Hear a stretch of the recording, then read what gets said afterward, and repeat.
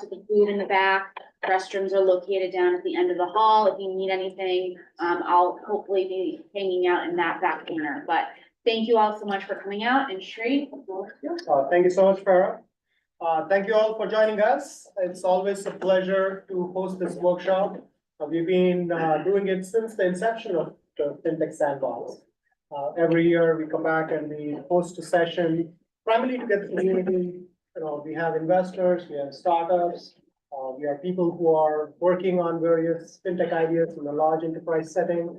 And I wanted to kind of, bring everybody together and see if we could have a discussion focused on the topic of the day, which is AI. Everybody is talking about AI. So we have kind of chosen three themes: opportunities, adoption, and expansion. And we have a fabulous panel today who are going to be kicking off the session and sharing their ideas and thoughts. But before I get started, I really wanted to appreciate the support of Babson College. They've been very generous in making these facilities available to us and host this workshop, and also for the FinTech Sandbox. They did a fabulous job this week, bringing the whole community together and hosting all the sessions. And all the ideas and the discussions we've been having the last week have just been phenomenal. I'm getting so many ideas, and I'm going to get my development team, who are Trace and who are here, so they're going to be like cranking some of those ideas and see if we can operationalize it on it. So without further ado, we're going to, a couple of logistics. We have a lot of people dialed in over Zoom. And this session is also being streamed on LinkedIn Live and on YouTube, and it's going to be recorded. And we're going to share those slides, which we're going to present later. And if you have any questions for the panel, please hold off in the last 5 to 10 minutes. Please raise your hands, and that way we can make sure that the questions get addressed. And also, if you want to take notes, all the things we are going to be talking about is primarily in a public mode. But if you are, talking about something, please use discretion, because this session is going to be live streamed. So without further ado, thank you so much for joining us today. So we have, John Werner from Link Ventures, John Harthorne from Landers VC, Anish from Fidelity, Arun Verma from Bloomberg, and Dee. Instead of me introducing every one of them, I'm just going to give them an opportunity to talk a little bit about what their role is in their organization, and also in the aspect of AI, what do they think about AI? So John, want to get started? Sure. John Werner from Link Ventures. We have a $130 million fund that we're investing in AI. We're right next to the Draper Lab, and a little known fact, Charles Stark Draper, that was the inspiration for Tony Stark when Stan Lee was trying to name Iron Man. He said, "Oh, let's name it after someone really awesome." And so we're right next to MIT, next to the Draper Lab.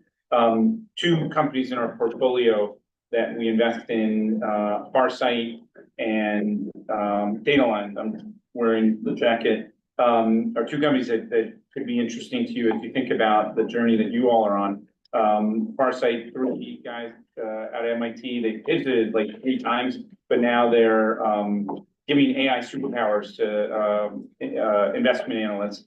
And then Dataline is giving AI superpowers to people who are helping people with FinTech investing, with wealth managers to help them kind of understand what's going on. This room is a little deja vu. This used to be Bingham & McCutcheon. Has anyone heard of Bingham & McCutcheon? Yeah, so it's a law firm that doesn't exist anymore. But in 2001, I got 20% of the 8th graders in the Boston Public Schools, and I brought them to South Station every other Tuesday. Because what I found was I was getting lawyers to teach mock trials in the federal courthouse, but most lawyers said, "I don't know anything about mock trials. I don't want to volunteer." So I said, well, let me bring these 8th graders to this law firm and 11 others and have them be writing coaches every other Tuesday. And at the end of the year, we had the 8th graders and the lawyers publish a magazine. I was able to get lawyers involved who weren't doing mock trials, and it was pretty amazing. And the reason I bring that up is today, you don't need to bring a student here to work with a lawyer that could charge $500 an hour. With AI, these young people are going to have that access. And the whole legal system is in for a whole business model change. And if you all are entrepreneurs, understanding that the status quo is changing very much. And there's some people that are going to just throw up their arms saying, "I don't know what to do right now." And then there are other people that are going to be the bridge between what was and what is.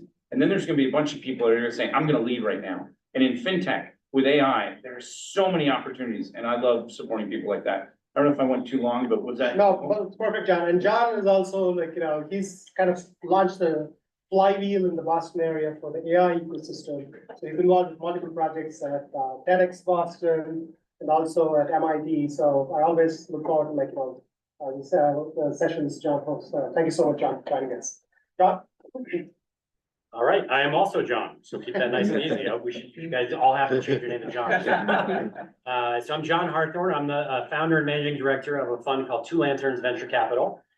We are a software-only fund and invest at the seed stage in the US and Israel, otherwise industry agnostic. So we're not FinTech specific, but we do invest in FinTech. We've had a couple of great startups in the FinTech space. And on the AI front, we're software only, so there's a lot of AI. I think all but 2 of our 36 investments in Fund 1 leverage AI in a very significant way, more than half of those as the core technology that they are implementing. I think there's enormous opportunities within FinTech and otherwise, and super excited to see the industry develop. Prior to launching Two Lanterns in 2020, I was the founder and longtime CEO of Mass Challenge. So I ran Mass Challenge for a decade and saw about 3,000 startups graduate from there. We launched 10 plus programs in, 5 countries and in 9 cities around the world. And that is ongoing and doing really well and has a specific FinTech program. And through that, we've had a lot of exposure to FinTech technology and innovation, and very happy to share my thoughts with the rest of the panel. Yeah, thank you so much, John. And John basically seeded the entrepreneurial ecosystem in the Boston area 10, 15 years ago.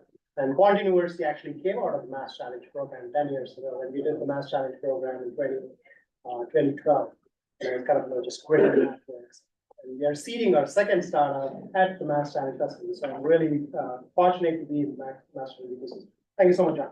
So, and then we have Arun from Bloomberg. Hi, good morning, everyone. Very happy to be here. So I lead a group of quant researchers at Bloomberg. And we are within the CTO office of Bloomberg with the demand areas, innovation, incubation, thought leadership. So we do a lot of activities around kind of marrying the discipline of quant finance, the traditional quant finance with the new AI and machine learning. And as you guys know, it's getting more and more sort of multimodal, more complex. So we work with all kinds of newer data sets as well, because it's called alternative data. It stays alternative for about a month and then it becomes regular. But we're always ingesting new types of data sets, building new models for our Bloomberg clients, and always putting out our research also more sort of on an open platform as well. So we do publish not just the code open source, but also our research and publications. Yeah, that's it. Yeah, thank you so much, Arun. And Arun is joining us from New York. I have the fortune of knowing Arun for more than a decade now. I was a quant back in the day at Citigroup and did a lot of quant modeling. So we have a lot of modeling aspects in common, but I was looking at Arun's slides, and that's a masterclass, probably 3 hours long. And I would love to be a student in that masterclass, but he's going to do a preview of the session after the panel, and he's going to talk about some of the things that we're doing at Bloomberg. Thank you so much, Arun. Anish? My name is Anish Shah, and I first have to say that anything I say these are my own views and not the views of any organization. And if you ask me about anything I do at work, then I'm going to say I grew up middle class. I can't say anything about what I do at work. I'm a researcher in a systematic quant team at Fidelity, and so we manage some active ETFs and also tax managed portfolios.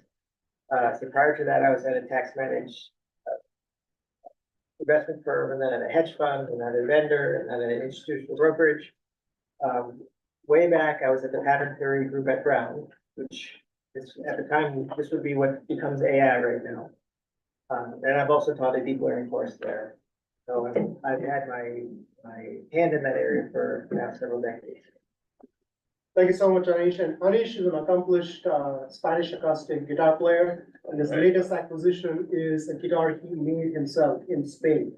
And I thought you're going to bring it in today, but maybe for the next time, you should definitely bring your guitar. So I'll say this to anyone who's thinking about guitar making, if they have a math background, it's probably not a good idea because mathematicians love abstraction. and this is intense precision. So I think several times I was running a fever at 106 while I was doing it. Thank you so much. D? Do we actually need this? Yeah, I think. Can you guys hear me in the back? I think it's for the video. Oh, it's a video. Slide Okay, over. great, thanks, John. Hey, guys, so my name is D, full name is Dushyant, for those that have a trouble pronouncing my name, I just go by D. So I co-lead our investment banking efforts. My firm's called Rosenblatt Securities, not my firm, I work for the firm. So we are the largest floor broker on the New York Stock Exchange by volume. We're also the employer of the only woman that works on the New York Stock Exchange floor, which frankly is quite shocking. There's only one woman on the floor. There are about 390 traders, but the only female trader works for us, but that's just on the side. But I lead our investment banking efforts. So my day job is to raise capital for private companies. Usually we tend to do that between a Series A and a Series D. Some of the transactions we've worked on the last couple of years are much smaller, you may not be aware of, but in the public markets, we were a tier one banker on the Robinhood IPO. We were in the SoFi deal. So we have FinTech specialists. And frankly, the AI space, I mean, I've known about AI and ML for 10, 15 years, but holy shit, what just happened the last year and a half, right? I mean, 2 years ago, we were not deeply engaged. There weren't that many deals being done. And suddenly this stuff is just, like our CEO's like, what were you guys doing? Why weren't we on this thing 2 years ago? So it's not like, I'd love to hear from the panel, like what's changed over the last 2 years, right? Of course, you've got massive companies with, $1 billion valuations suddenly emerging in the public markets. But I'd love to see that, how much of this is real from an investor standpoint, from a practitioner standpoint.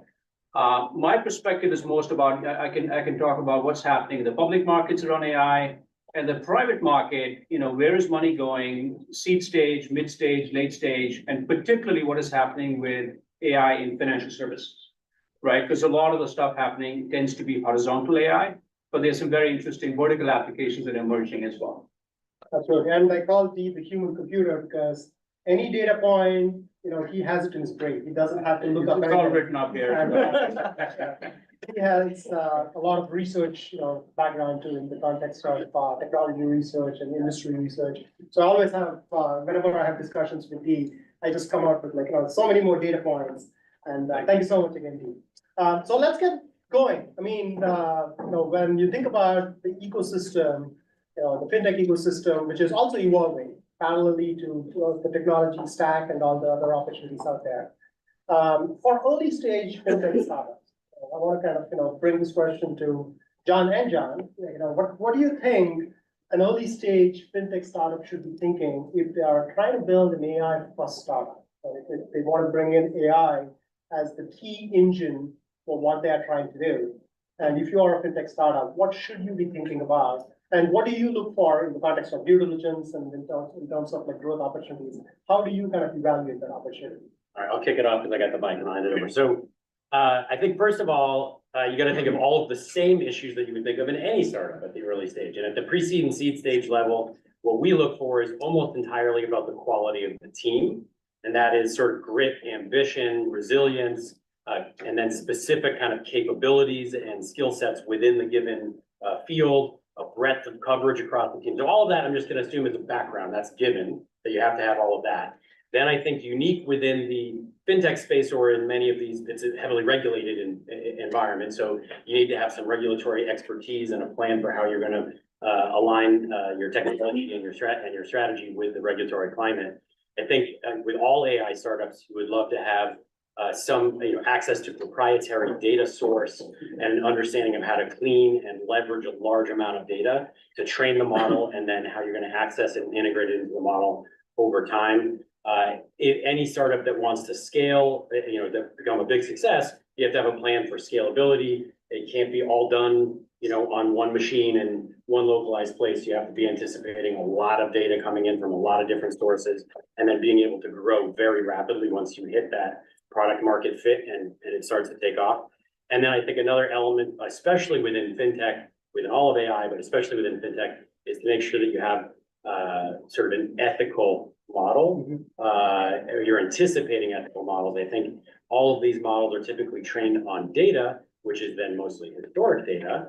And that historic data does not necessarily reflect proper ethical behavior among all of the firms, and you don't want to simply replicate the past moving forward. So I think those are a number of the things. And then ultimately your success will be driven by hitting that product market fit, finding the right partners, growing really quickly, building a product that people need, having a great UI, UX, all of the other stuff that you would want to see in any startup. See what I missed over here. Yeah, no, all excellent points. A few that I would add is, when companies pitch us, we ask ourselves, if you took AI out of it, are they just adding AI as flavor of the month? Make sure that that AI is core to its success. We also want to make sure that there's someone technical on the co-founding team, that's not being outsourced. I found Babson alumni tenacious, so love having Babson. I know I'm in a Babson, so I also think AI is the industrial revolution, a lot of things came out of that AI revolution. It's changing so fast. So you want to find a team that can adapt and adjust to the moment and what's coming. Another thing I would add is Fred Wilson. Anyone familiar with Fred Wilson and that framework? There's a lot of great best practices that he's come up with that we draw upon as a filter, as a litmus test, as a way to kind of evaluate pitches. Thank you so much, John. So let's kind of now go from opportunities to adoption. I know Arun has a lot of data, and with the power of Bloomberg and the ecosystem out there, you probably have a lot of experiments you've been running in your test kitchens, if you will. So maybe Arun, you can start out by saying enterprise adoption, what you're seeing in the customer space, but also internally how you're thinking about adopting AI. And I know, Anish, you're being given multiple duct tapes and band-aids and you can't express anything, but you can talk in generality about what do you think? I have an explosive vest on, right? You can share your opinions about it. Please. Okay, yeah, thanks for that question. Well, first of all, let me give a nod to Dee's question about what really happened in the past couple of years. I think it's really an inflection point where the models, and technology is really mature with more and more data and more compute power. But I think the innovation in the modeling space is still yet to come, I believe. Actually, their models are still more stochastic patterns, as they say. They really learn very well from patterns that are within the data. They may not generalize very well outside. So that's why we have this hallucination with other things. But with the advent of newer sort of innovations in the space, where we have abstraction and reasoning also built into large language modeling, those are the capabilities that these large language models don't have. To be able to do logical reasoning or abstraction, that's really the next wave. But this has been a landmark here because AI got 2 Nobel Prizes. Got the one in physics, kind of questionable, but the one in chemistry, I feel actually is very well deserved.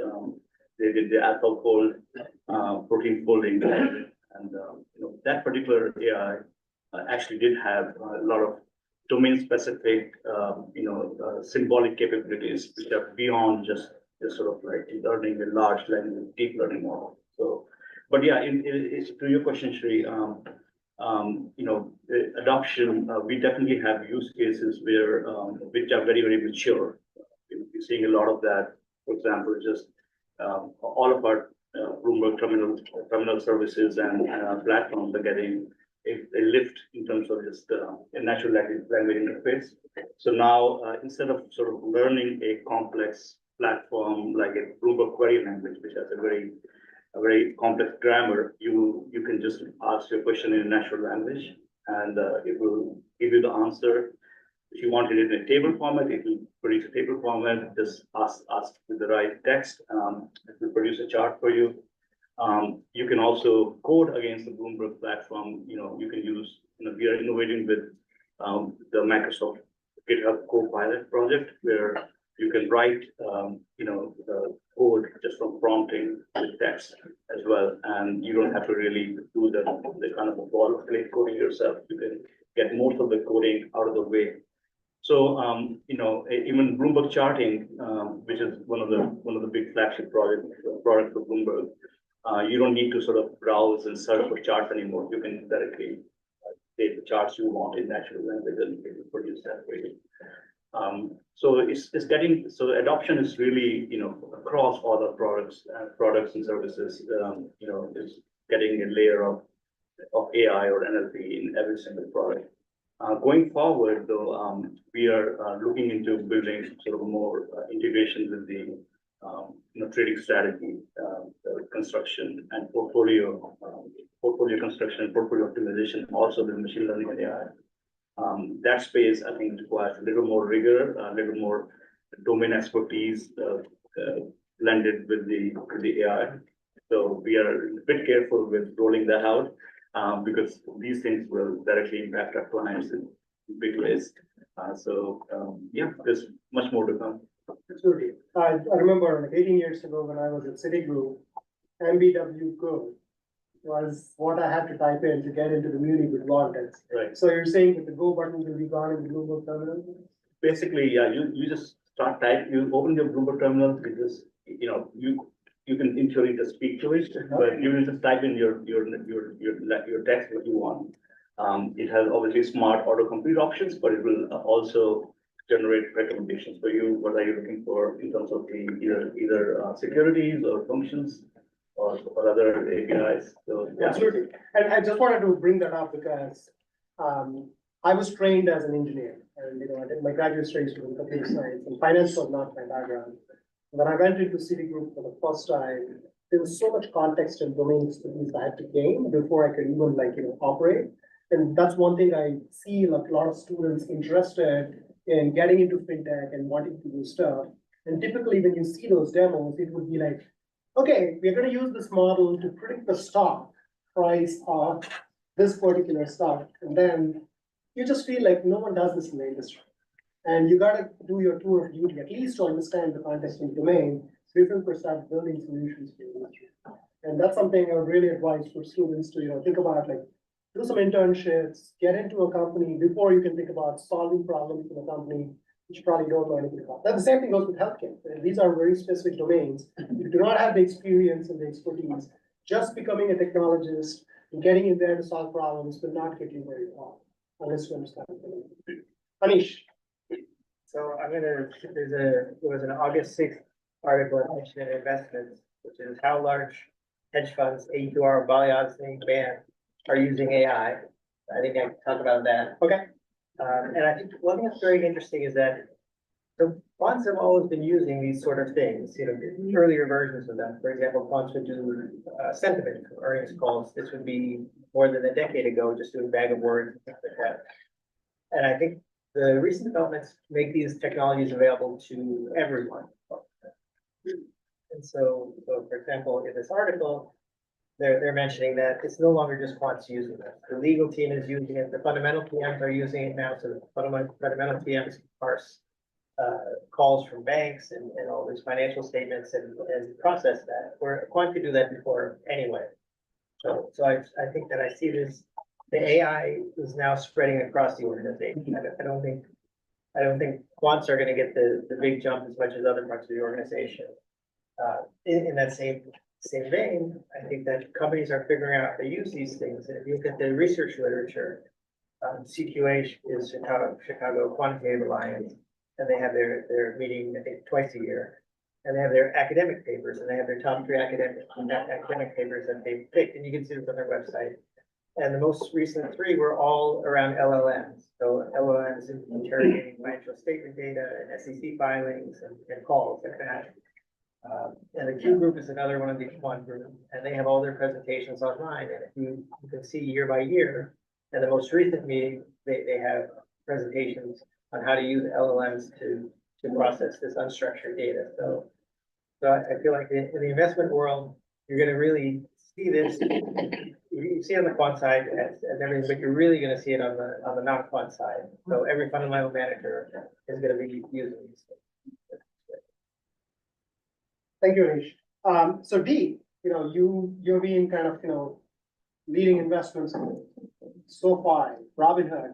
So which is the next big one from the AI space, which is going to get the big bucks, if you will? But in general, can you talk about the funding scene? I know we had this discussion about funding scene in 2021 and where we are, for later stage companies. I mean, we hear, OpenAI getting the funding, and we hear all these big players kind of, getting the big checks. But where do you see like startups kind of seeing beyond the seed stage and beyond kind of in terms of growth funding and in terms of, later stage funding? Yeah, sure, Sri. So, just for clarification, I mean, we don't invest capital ourselves, right? We are investment bankers. Okay. So we take entrepreneurs and we connect them to John and John, and that's basically, my job, right? So if somebody wants to raise $30 million Series A capital, and they want to hire a bank to basically introduce them to investors and structure the deal and do all the negotiations, that's kind of my role. So I'm not a participant in the sense that I don't invest my own capital, right?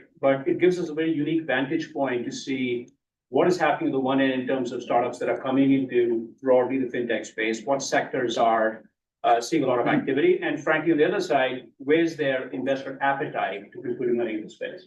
Before we talk about AI, just giving you a sense of 2020 and 2021, now it seems like a long time back, but those were obviously glory years for venture capital funding money going into fintech, right? All aspects of fintech. 21 was just a banner year. And while the public markets in 24, right, all-time high this week again on the S&P, the funding in the fintech space compared to where things were in 21 is nowhere close to that. Right? If there was $100 spent in 2021 in fintech, not funds raised, but capital allocated to fintech companies, we are at about 60% of where we were in 2021, right? So public markets doing extremely well, all-time highs, private market funding in fintech still nowhere close. Further, the enormous amount of money is going on doubling down on late-stage unicorns, but relatively less money is going towards the long tail of fintech investing. This is across all of fintech, right? We talk about AI, which is an exceptional case. So if you look at a lot of the investments that went into 2020 and 2021, they were primarily on the front end, both on the retail and institutional side, across business lines. So across payments, lending, capital markets, insurance, the four major activities in finance, a lot of the money went towards consumer-facing UI, UX, whether retail or institutional. There was also some money went into infrastructure. So, for example, a lot of money went into blockchain infrastructure, across the board in 2020 and 2021. 24, I'll tell you firsthand, again, you see a lot of large deals being done. But in terms of number of deals or the capital invested in core fintech, like I said, is nowhere close. The exceptional case being in the AI space, right? And I fully think that 3 or 4 years down the line, we're going to look at a lot of funding that went in 2024 in the AI space that doesn't go sideways or goes down, in the sense that a lot of marginal stuff, and I'd love to hear both the investors' perspective here, marginal stuff is getting funded right now. I can see that on a daily basis, right? Investors come to us and say, well, don't present an opportunity to me unless there's an AI angle to that, before we've even begun to talk about it, right? So we are hosting our 16th FinTech Summit next week. This is our Rosenblatt's conference. And of course, we have an AI panel, right? We've got 3 companies speaking on it. None of them are clients of mine, so I'm not pushing the agendas, but there's a company called Sardine that basically is in the fraud detection space. And there are 2 other companies that are quite relevant to this audience. One's called QuantUniversity, and a new company that frankly we don't know about at all, called SigTech, which is a London-based company that is making agents for investment management. It comes out of Brevin Howard. Alan Howard, the hedge fund manager, he owns a large piece of that. So I just mentioned those 3 examples of companies in that space. But coming back to what's happening in the AI space in terms of investing, I think the first thing that I would urge you to do is have some kind of a framework that you use to think about the AI space. And I'd love to have the panelist perspective. I'm not a technologist myself, but I've got a very rudimentary framework with the way I think about AI. You've got a horizontal AI infrastructure, the NVIDIA chips, semiconductor stuff, right? That doesn't industry agnostic. A lot of money going into that space. So infrastructure on which the entire AI stack is built. On top of that, you've got basically infrastructure that's vertical AI in finance, like platforms and infrastructure within the AI space that's financial services oriented. A lot of that is being developed by firms like Fidelity or Bloomberg, but also, startups trying to build some of that as well. And then on the top of that are the application layer that are vertical specific applications using AI in different areas of finance. For this audience today, maybe more capital markets, investment management, but of course, same activities happening in lending, in payments, all aspects of financial services. So that's a very simple, horizontal AI. You've got vertical platforms in financial services and then user applications on which this is built, right? Now you can talk about, LLMs and all of that, which is it's another lens of looking at this whole stack. I've laid it down like a very neat pyramid. You can also look at it in a matrix form, right? So I think first thing is to look at what's your framework and the lens through which you look at the AI space. How do you segment players? So if somebody comes in at this conference and says, I'm building something in AI space, you've got a mental model where that particular technology and idea fits in that broader framework. So where we see a lot of money going in the last 12 months has been, frankly, in the horizontal AI space. I've got a team of analysts in my firm, nothing to do on the sell side, that cover semiconductors. We've been covering semiconductors for 15 years before semiconductors suddenly, a couple of years ago, became a hot word, right? In the past, when I joined my firm 6.5 years ago, my friends would joke saying, you guys got analysts that cover semiconductors? I mean, come on, you got to join a firm that covered more sexy stuff. And suddenly, last 12 months, the Rosenblatt analysts are on TV talking about NVIDIA, right? And we had the highest stock target on NVIDIA. So a lot of activity in terms of investing, public market valuations in the horizontal core AI stuff. That's what you hear about, open AI kind of stuff. And I think where we see things moving right now in terms of late stage activity, more funds that are going is really more around the vertical AI applications. Two industries where this, that dwarf everything else is obviously healthcare, financial services, and then everything else is a long tail. Every single sector, every single industry is doing stuff, including defense and the public sector as well.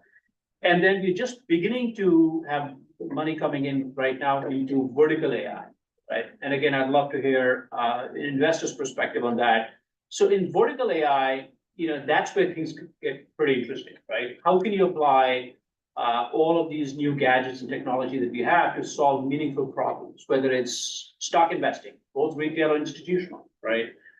The role of AI agents, right, which is this company called SigTech that I talked about, the London-based company out of Bremen Harvard, is trying to build AI agents for investment management. So those are sort of a couple of quick kind of high-level observations I have.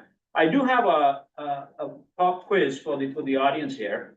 So the quiz was that one of my associates was looking at some numbers, and the question is basically if you can guess what private company this is, but one of the largest private firms in the market, smaller than Stripe, but on the IPO on-ramp.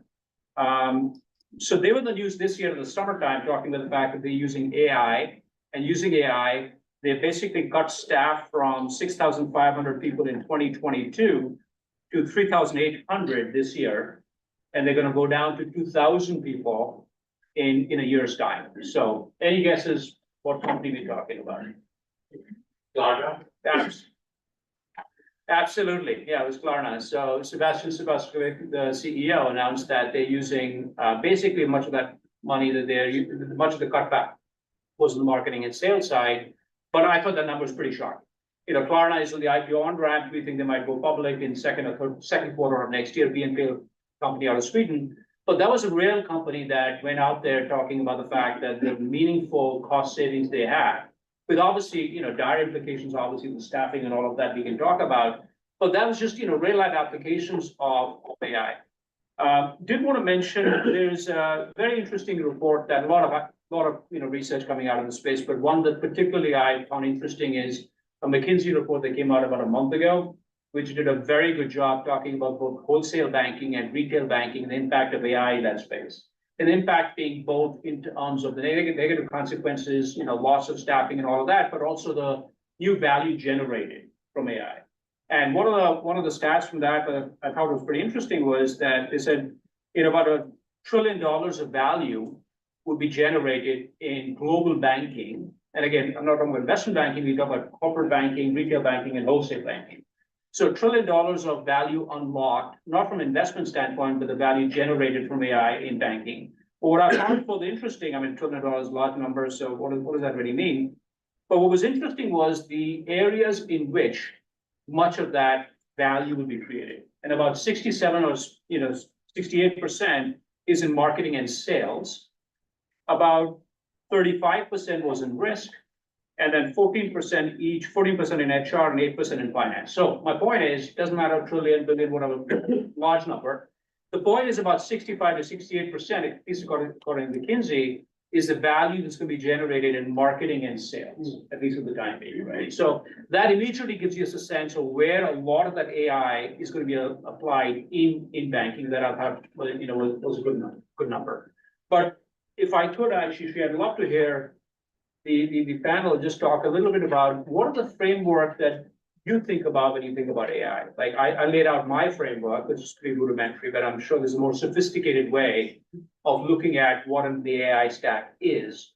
But just a broad framework that might help the audience understand how you think about AI. Just to add to that, I had a question, like, how do startups think about building a moat? Considering that everybody wants to immediately build a layer over ChatGPT and have a working application. How do you think, in terms of startup, like how do they build the moat, with the framework? And what kind of framework would you suggest? What I'll do is, so I came with product placement, so I'm wearing my bike cleats. I recommend biking around, so it's product. Data Line, one of my portfolio companies to look at, but so Liquid AI, who hasn't heard of Liquid AI? Who's heard of Liquid AI? Yeah, so next week, I have 2,000 people that are emailing you guys as I'm sitting here, coming on Wednesday to Liquid AI's launch. Now, Liquid AI raised 47 million in a seed round and could have moved out to California and said, we're gonna hang out in Silicon Valley, but they decided to stay here. And we're gonna do a launch of this new company, which is very differentiated and has aspirations to be one of the big 10 AI companies. And it's using less compute, it's explainable, it's what's after the large language model. It can go on an edge device. You can put your phone on airplane mode and do AI interactions. We're gonna try to build an ecosystem. You think of the transistor and all the things that were built around the transistor, worked out pretty well for a lot of people in society. We think Liquid AI could be something like that. So I think building excitement, building community, and seeing Boston, not just as a region, but as a super region with New York. Man, I love what Mass Challenge did in terms of really changing how people saw startups a generation ago. And I think this type of technology we need to be open to. And the other big 9 companies have a focus on how they're building their product, and I think we're coming at it from a different perspective. And I say we, because I've sort of dropped everything and trying to help them, do a step function, go to the next level. So I don't know if that totally answers your question, but it's a way of thinking, what's going on in my ecosystem that I might be able to benefit from or understand. So if any of you want to come to that launch, you're more than welcome to. Well, so on the framework front, I think you covered it actually pretty well, and we think of it in pretty similar terms of kind of your horizontal, your vertical, and then I think increasingly these agents and models, which can themselves be a little bit horizontal, a little bit vertical, kind of existing in so just a more granular instantiation of, the technology and the concept that could be very specific to a vertical or could be more broad. There's also a concept that I think that John and some of his colleagues at CTAN Labs have come up with that is also an interesting take on it, which is this concept of sort of screen AI, that which takes place on a phone or a computer and an interaction as the UI to the human being versus a more three-dimensional kind of AI that extends out more into the physical world, interacting with physical items and changing. So this Here, let me just add to that. So physical AI. So right now, when you think of Sora, you can type in and make a video. I've tried it. Meta just came out with a tool that can make videos. At the end of the day, you're interacting with a screen. But physical AI, society hasn't gotten the memo, and you're going to totally bypass screens. And then AI is going to interact with the physical world. People said, when is IoT coming? When's it going to happen? Well, you needed physical AI to create the way we can interact with the world. And as you think of robots and how you define robots, who thinks robots there are going to be more robots or less robots in the next 5 years? Yeah. I don't have a DeLorean, haven't been to the future, but I feel there's going to be more, and that's going to create all sorts of use cases. Uber took 16 years for Uber during the Web 2 era to people say, oh, wait a second, let's use the convergence of these technologies. there's gonna be all sorts of convergence, and some of you, with a Babson person might come up with a FinTech company that can harness these opportunities, and it takes imagination to figure out what to do here. So I really do like this idea of understanding what physical AI, what it affords, what are the opportunities, and how can someone in this room, on this webcast, be a leader around that. And I think that's gonna be the next kind of disrupting opportunity. Yeah, so that's what I was hoping he was gonna say to begin with, so I started that and then prompted him back to share that with us, I created. So, and then I think in terms of, I think your question, Sri, around, kind of defensibility. So I think it's very similar to just regular startups, right? So a lot of it is the same stuff. It is, access to proprietary data, proprietary algorithms, sort of, smarter, better, faster. I think there's also always kind of who are your partners? How do you reach scale quickly? How do you capture market share? How do you become, how do you lock in your customers and sort of essentially teach them how to think about their own business and how to do their own jobs in a way that they can no longer live without you and the technology. So it's a lot of that stuff. I think also, again, in this space, coming back to kind of the ethical element, just having the explainability, especially in FinTech. I mean, if you're approving or rejecting mortgages, that's gonna come up. That has to, like, why do certain classes of people not get approved consistently? How do you explain that rationale? And a lot of AI is still done as a kind of a black box. It isn't always easy to, there's millions of parameters and then billions of parameters. It's not always easy to point to one thing. And we're gonna have to get to a point where you can say, all right, it breaks down to these following 4, roughly 5, 10 items, et cetera. So I think those are also pretty important. But as with everything, a lot of it is just like speed to market, offering a valuable product, gaining market share, doing something valuable. I think that a lot of this, I'll throw out an interesting and maybe controversial, I don't know, but idea is that, you have Elon Musk working on this like chip to connect with your brain. And this is one concept of sort of dimensional AI and interacting with the human. I'm not sure that works. I think all of our brains are wired very differently. I think that's super high risk and very unlikely to sort of pay off in the near term, although eventually it probably does. But I do think, so really AI, digital technology can scale so much faster than the human brain. And I think that we're gonna see explosive growth in technology that bypasses humans or that involves us as an adjacent element, but is doing an enormous amount of autonomous work together and interacting with physical items in the world with or without our engagement to it. And that is both scary and exciting, but I think you're gonna see incredible amounts of innovation, like really mind-blowing, hard to imagine, where you're seeing in 1 year, the equivalent of 10 years worth of innovation, which was itself the equivalent of 100, the equivalent of 1,000, and then in a month, and then in a week, and then in a day, and just really like hard to keep up with. So that is also, again, why it comes down to being very careful about how we thoughtfully integrate ethics and good values, because these can become runaway processes that create enormous damage and problems for humanity, just as they can, which I think is more likely, that they can also create enormous benefits and value. I do think, I'm an optimist, I do think it will be net positive for humanity. I am a techno optimist, but only because we have to take care of that, make sure that it's true, because otherwise it could spiral very negatively and create a lot of damage. Just 2 points. So, go back to 2001, I was in this room running a nonprofit, lawyers with BlackBerries and students, and none of the nonprofit people had BlackBerries and were really jealous. I do think this AI adoption is going really fast. And segments of society aren't going to be left out if they see it as a tool. I also think there's going to be a premium on creativity and liberal arts education, the ethics to understand what to do with this. So that's not going to go out the window. And another point I was going to make. So Suno, who's heard of Suno? They're doing the music thing.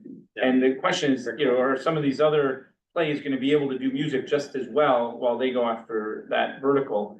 And I do think the rules are going to be rewritten and to watch that and the financial sector can be at the forefront of some of these use cases. I think often they're still using Windows NT or some old that was operating or Fortran, an operating joke. But I do think there's going to be opportunities where the financial sector can be the leader of using innovation. That could trickle to other aspects of society.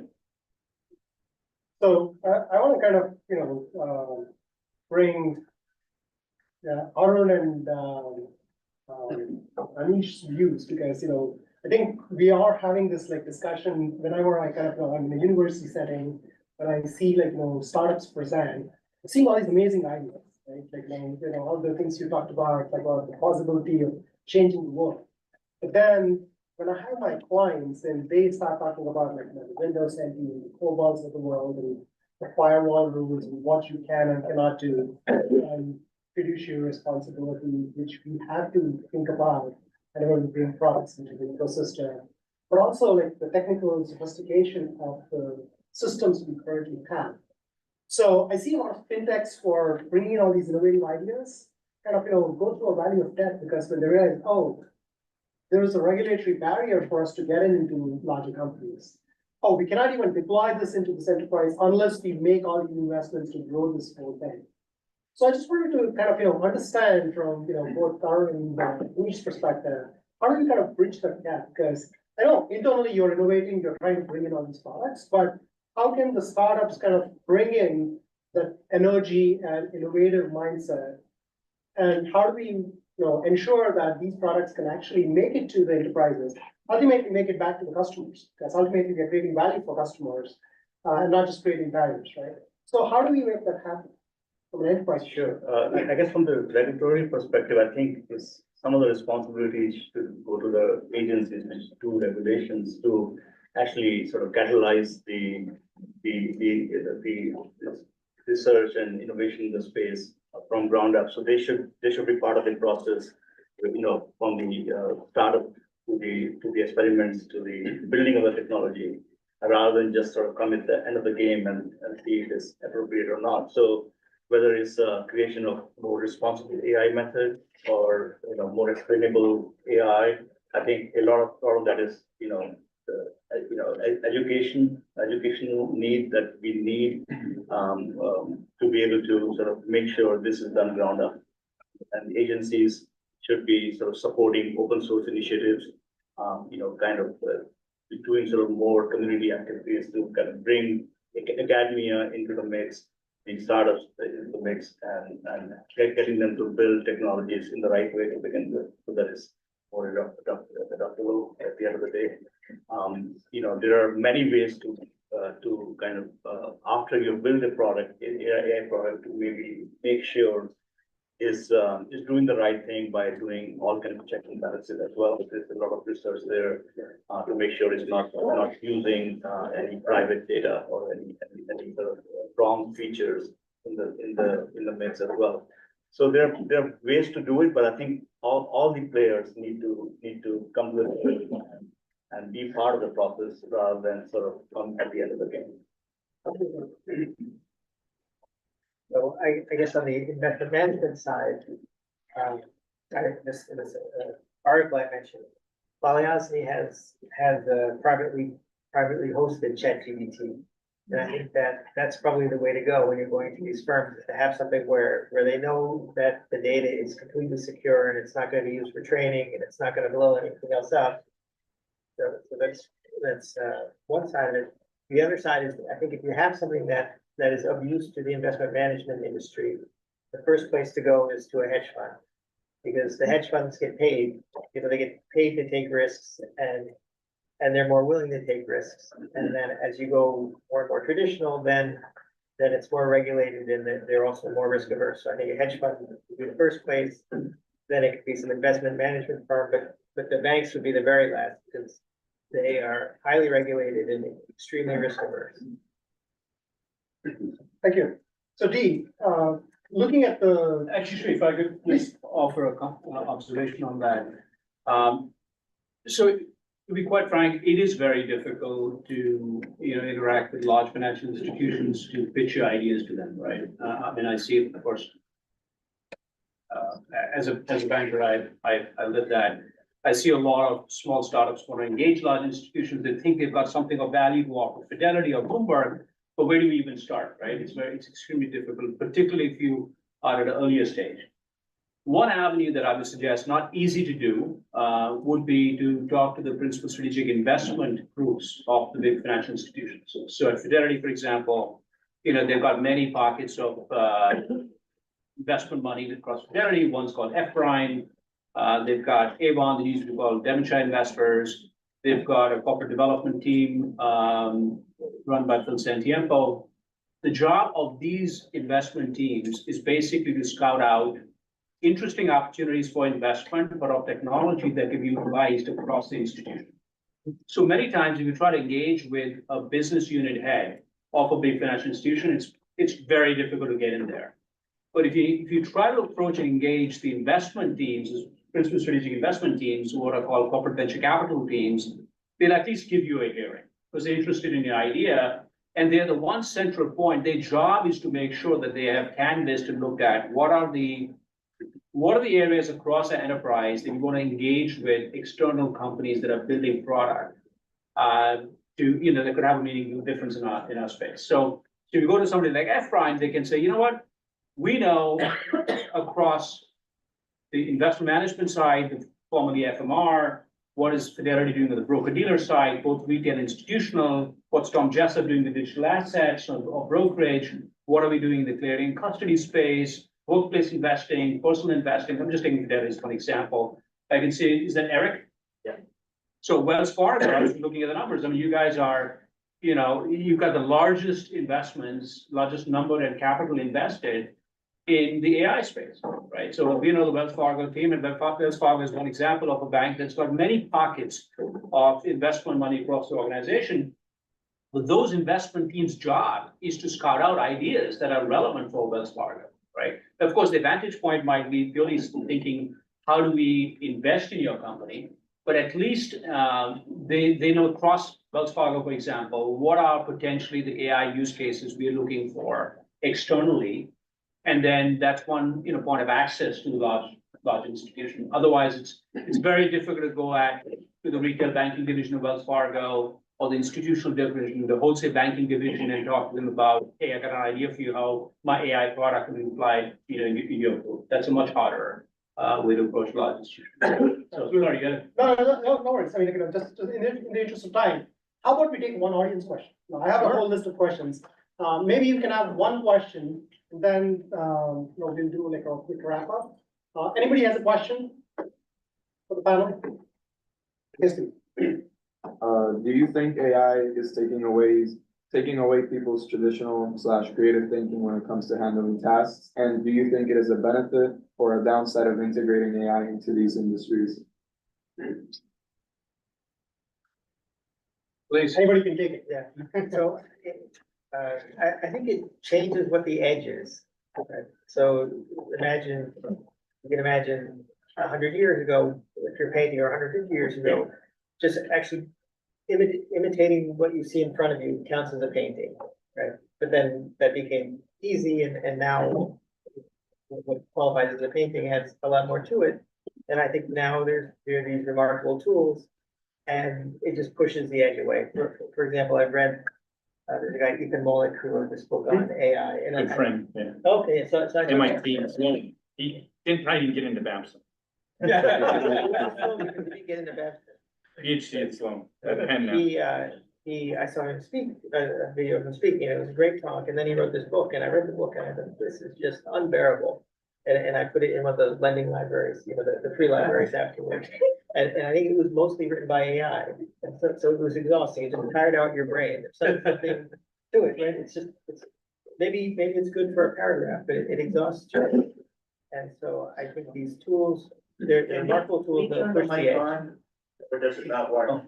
I think it's only for the recording. Oh, okay, thank you. So those are my 2 cents. You can't hear us in the back? No. We can hear 3 of you and 2 of you are. Okay. Yeah, thanks for telling us that.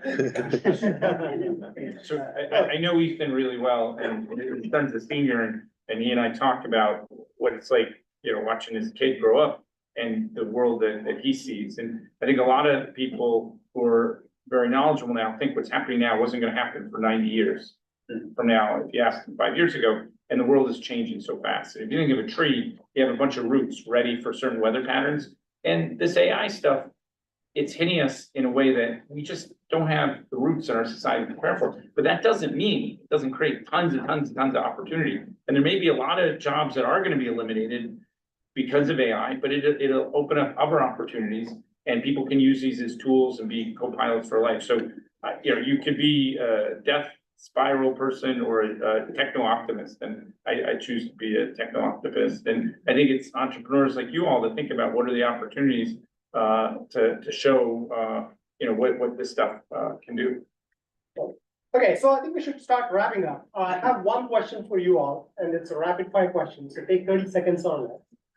Put your crystal balls, I don't know what flavor you have, your Apple version or your Meta version or whatever you have, and think about 5 years from now. 5 years from now, think about something which is going to be so super popular, but no one's talking about it today in the AI space. What would that be? And I mean, both think from a usability perspective, but also life-changing perspective. What would that AI invention, and it need not be in the fintech space, any AI invention which you're not thinking about now, but maybe in the next 5 years, that's what everybody's going to be about. I'm trying to see if we can get to the next chat GPT. So maybe Dee, you can start. Well, I'm a recovering analyst, so my job, 15 years ago used to be projecting the future, but I don't kind of do that as much anymore. But I think what I find, I don't know if it'd be revolutionary if you don't think about it, and maybe I'm naive, I don't know the AI space maybe as well as some of you here. But this whole idea of like interacting with an agent as a human being, like, and this is the demo I saw of this company called SigTech that, again, I have nothing to do, but with the company right now, I'm not pushing them in any way. But I saw a demo of their product, which is just being rolled out, called Magic. And it was just mind-blowing in the sense that they have these agents that they pop up and they say, okay, what's the impact of the US presidential elections on the US stock market, right? And bam, within like 30 seconds, it lays out, I mean, I saw the demo of this thing, that it lays out what the implications would be as an investor across 6 or 7 sectors, right? And I'm not talking about top 30 stocks to buy if Donald Trump gets elected or Kamala Harris elected. And this was like a level beyond that. And I was just blown off, saying, just saying, blown out of the water, just saying, that was amazing that it could basically take. Now, I don't know what the veracity of that is, or you haven't back tested what that means. And I'm sure, Bloomberg probably has the same kind of agents, but that idea that simply by popping in a question into an agent, you can get a response like that. And by the way, this product is not being offered to retail investors, it's for institutions. So I think that somewhere in there might be an explosive growth, that your ability to interact in natural language, ask a question as broad as impact of the US elections in the stock market and what should I buy, which might seem pretty obvious to other people, but I saw that in action, I was just blown away by that. Thank you. I guess I have something that's longer than 5 years, but John alluded to this, where I think that the AI is going to start creating AI that's better than itself. And you're getting the beginning of something like this. So I'm actually excited about the healthcare and medicine space, and neuroscience, more than finance in that aspect. There's an emerging field of like neuro variables where you can attach devices monitoring brain activity. So it's important not just for healthcare and especially mental health, which is very important with this, but also for even like learning what are the directly going from your thoughts to an action is now considered viable. So you don't even need to use natural language anymore. Directly, you think of something and you can get your devices to act in these early ways. So I'm very excited about that intersection of neuroscience and medicine. So I agree. I think in medicine and healthcare is one of the best and biggest opportunities, going to be massive changes. I would say on that sort of AI and FinTech kind of front, one of the best things you'll see is just mass and very precise customization, where AI understands you better than you understand yourself and can help you make investments that are aligned with your values, your health, your timelines, your needs, everything more than you understand and you are capable of doing. So that is a great opportunity. But on the healthcare space, like I'll say, we had in 2015 at Mass Challenge some researchers, innovators out of, I think, Johns Hopkins, that had already developed a continuous glucose monitor that is smaller than a grain of rice You can inject it inside of your skin, so it doesn't float around your body. It sits in your skin, like on your hand, is solar powered, and then communicates your glucose levels via Bluetooth to your phone in order to tell you, so you have no pinpricks anymore, nothing like that. That already exists and works and is proven. It's not yet in the market because of just, it's got to go through trials and stuff. But you're gonna see incredible medical technologies that are tiny innovations that you can swallow, that you can ingest or inject, that are gonna improve our health landscape massively. And I think that is probably the most exciting and mind-blowing stuff that I see out there. So the question is 5 years, what do you think? So you go back before Google, who remembers before Google? You know, like they had whole movies about like how to figure something out, but now you can just Google, and now Google's a verb. I do think there's gonna be a step change like this, and you're gonna have to ask people, are you an AI? You know, use blockchain to verify, am I really talking to a real person? And kind of what's been said, there's gonna be like TiVo for life. Some of you may not know what TiVo is, but you're gonna be able to search your whole experience through all the data that's being pulled together. I'll leave with 2 points. One of them relates a little bit to what John just said. One is own your own intelligence, own your own data. That I think there's gonna be a movement that you don't want these few AI companies to have all your data. And what does that mean? Because there are implications for that. And the other thing is the movie, The Graduate, it was plastics. Movie Fletch, great movie. It was barbarians. I think 10 to the 9th is the future. 10 to the -9th, nano. That as we think about AI, I think building the new chips, building these medical devices that can go in your body, building things around sustainability that can help, whether it's materials or you know, we do have some real challenges on sustainability on this planet. Planet's gonna be fine. Species, you know, we're in trouble. I think 10 to the -9 plus AI, there's gonna be a lot of interesting opportunities. And some of you, the two of you could, you know, form the next Google company that buys Google and does a lot for society. So go for it. Thank you so much. And, you know, healthcare, again, I'm seeing so many things happening. So if healthcare goes the way I'm anticipating it's gonna go with AI, we will definitely have a 2100 reunion of the panel. So last thing I'll say, $100 trillion global economy, I think AI is gonna add 20 trillion in 5 years. So watch out. Thank you so much. So we're gonna switch to the next. Thanks again, Dean. So we're gonna switch to the next part of the workshop, which is the master class. Yeah. Arden's gonna start with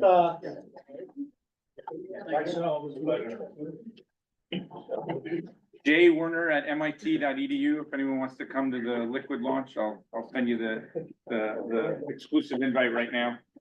we'll Next take a Wednesday. picture with the panel, and then we will immediately switch to the master class led by Arden. We can gang sign.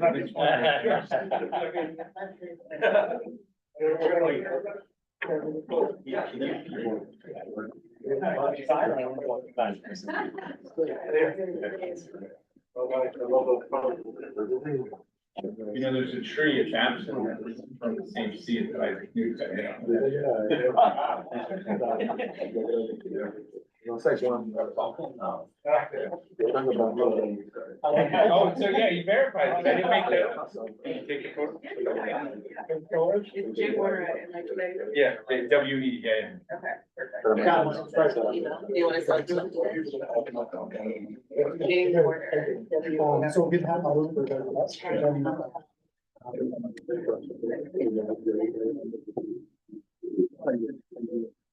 Yeah, Jay Werner.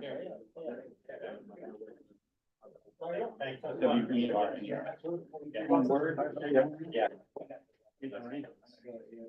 Oh, yeah, one of my students. Pleasure to meet you. Yeah. Part of it, to say that I'm really I'm very old.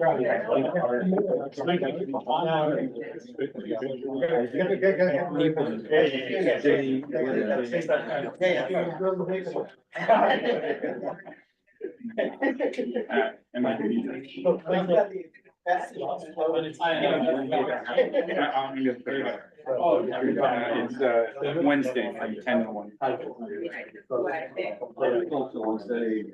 Yeah, J Werner, WERNER at MIT. Yeah, exactly. Hey, John. Each other, you all took the stuff.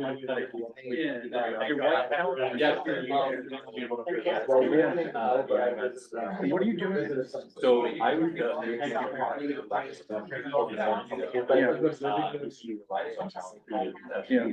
Were you in this room? I was for like. Yeah. Before. Happy to help. No, I was just, you're a good guy. Yeah, But we did all the ARBR. yeah. I was selling air, yeah. Yeah. Do you have any time today, Monday, Tuesday? I'm kind of I got into the decentralized AI. Oh, what do you think of that? I loved it. Yeah. I was like. I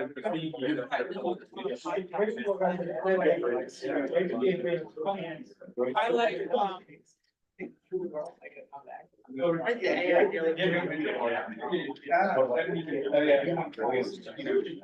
Data, there's like the world of. Okay, so shall we get started with the masterclass? Now, you gotta open up your notebooks and pens or digital handouts, whatever you have, because we're gonna have an information-packed session.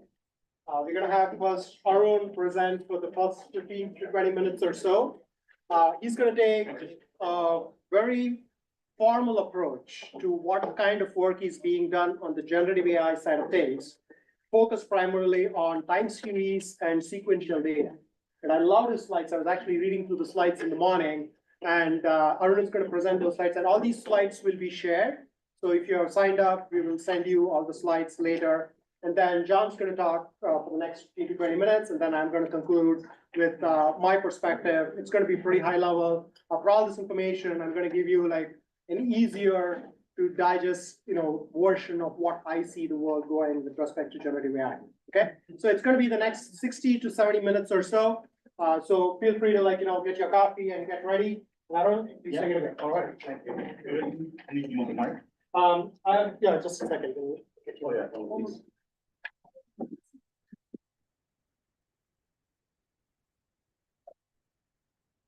All right, let's get right into it.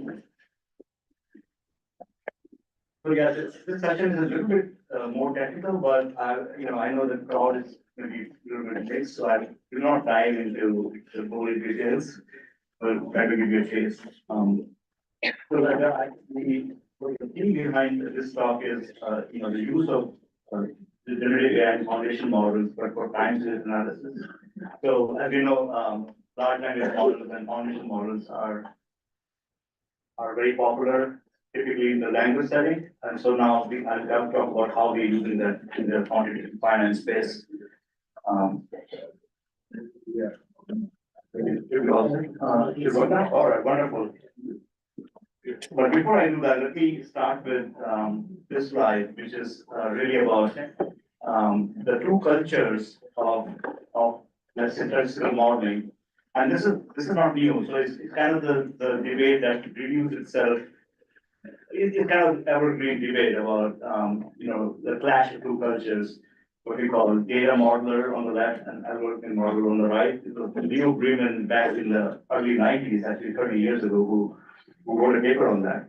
So the guy on the left is basically what we call a statistician or an economist or like a physicist who is building a lot of assumptions about a model, has a lot of domain knowledge, and wants to sort of build a structured model to explain the data. And the person on the right is your algorithmic modeler, the machine learning or the CS person who is wants to do everything sort of data driven. So instead of building any assumptions or structure in the model, we just want to run the data directly from we want to run the model directly from the data itself. And can I get rid of the thing on the top or? So yeah, so try to look.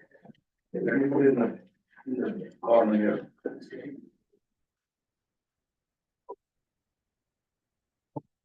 Okay. So, yeah, so, but, this is really the intersection I work in, the kind of the marriage, or some people call it the war, of quant finance with machine learning. And here's just a summary of the, I lost the. Okay, now it should work. Yeah, there we are. So, how do we look at the salient differences between the two disciplines? In quant finance, it's really about, in a traditional quant finance space, lot about the domain expertise. You're basically building theoretical models and devising particular numerical methods, kind of almost working like a scientist or a physicist. In machine learning, you're only looking at the data and the patterns in the data, and you're letting the data speak. So that's one of the bigger differences. Of course, the whole set of methods and technologies are very different. In quant finance, you're looking at very complex methods in stochastic calculus, numerical PDE solutions, things like that. Machine learning methods actually, they look more complex, but the building blocks are very, very simple. Building blocks are just these simple, what we call neurons, which are literally building this very simple mapping between input and output, but you chain them together in an arbitrary way to build the complex model. And as I said earlier, we have structure on the left, we have data-driven on the right. Clearly, for the traditional quant finance, we were able to work with very small data. We did back in the 90s or 20 years ago, we didn't have that much data available. So that was a reason why we used sort of traditional statistical methods and assumptions-based methods. So small data versus big data, of course, is a big difference.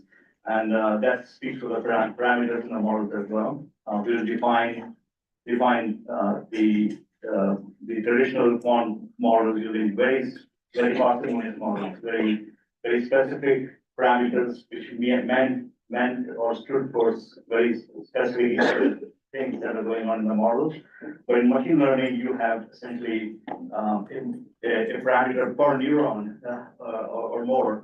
So and when you look at deep learning and these large language models, you're talking about billions and billions of parameters. So, causality is actually an important aspect that we should strive to get in these models. The traditional models actually had causality embedded in the design because of the assumptions sort of made that my process would follow this structure. We were almost postulating or assuming the drivers that would explain the process in the data. But machine learning could actually, by its basic design, is not tuned to learn any causal inference. So it only works with correlations, and that actually makes for this big challenge, about interpretability. So machine learning models, this out of the box, tend to be less interpretable, and that's a big challenge the scientists have to solve for. And of course, computational cost is a big aspect as well.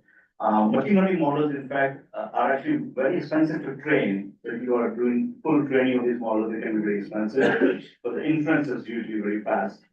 But typically, your quant models are always manageable. I mean, although you're using sometimes very complex numerical PDE techniques, but still, comparatively, you're good there.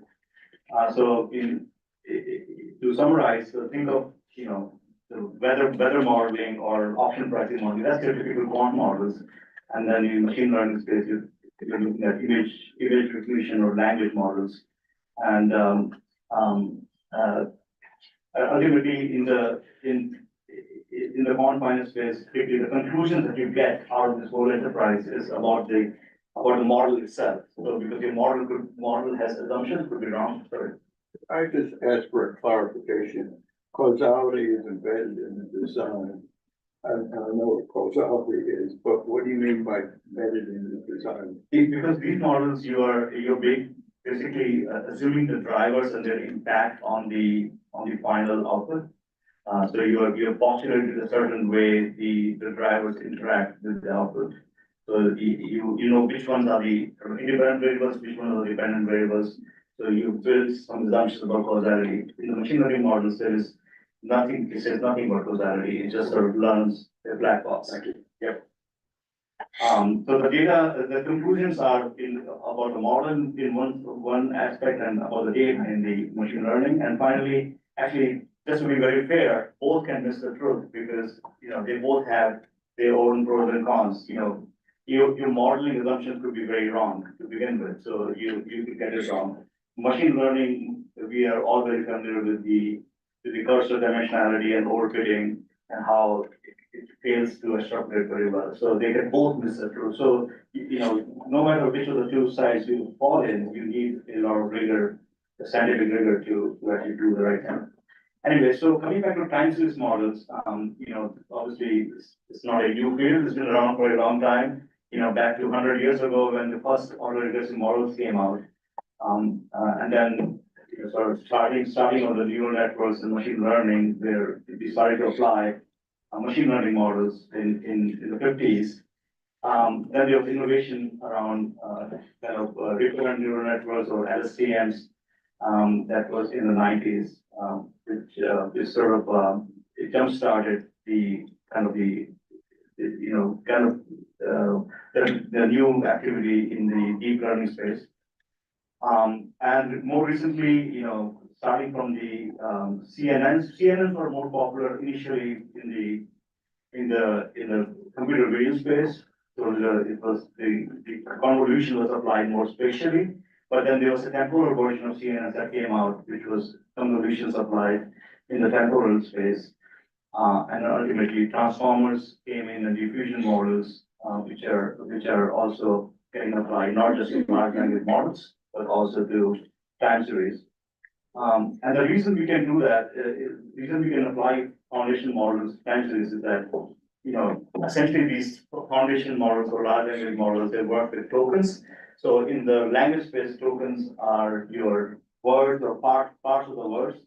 And in the time series, it's essentially the value of the time series at every point is token. So you apply the same concept, but just to a time series. But one of the challenges of working with time series data is that the existing technology before the foundation models came in was training a model for a specific task. So for each data set or a task, you will have a separate machine learning model that was fine-tuned on that particular task. It didn't have the ability to generalize. So if you had a task about predicting the next value or forecasting the next value, let's say S&P 500 or the VIX, then if you're looking at a 5-minute forecast, you have one particular model. If you're looking at doing, for example, anomaly detection, you will train a completely new model. Similarly, if you had different horizon or different task, you will start from scratch basically. And this is where I think the foundation models have made a difference. In general, we want to be able to model all kinds of variability or diversity in the data. So we should be able to use a single model that can model univariate as well as multivariate data. All kinds of patterns in the missingness. So if you have data missing or seasonality aspects which are varying across the sets, that should be able to handle. And the different horizons also should be able to handle by these models. And the idea behind these are really about using newer methods or newer innovations called anivariate. You have probably heard of attention in the models in the transfer space, the very famous paper that really led to the research in foundation models with encoder decoder architecture and attention, which really jump-started the new LLM era, ChatGPT. In the similar vein, we have come up with the anivariate attention, where attention is not just on a single time series data, but also cross-sectionally across multiple time series. So you can attend to, time series of your, let's say, closest neighbors, or in terms of securities or time series as well, to generate multivariate models. and so on. This is probably, won't be able to describe this in detail, but essentially on the left-hand side, you have the inputs, which have, some of them have missing data. They're just lined up different time series in sort of one linear space there. And you have a bunch of data that's missing on the bottom left.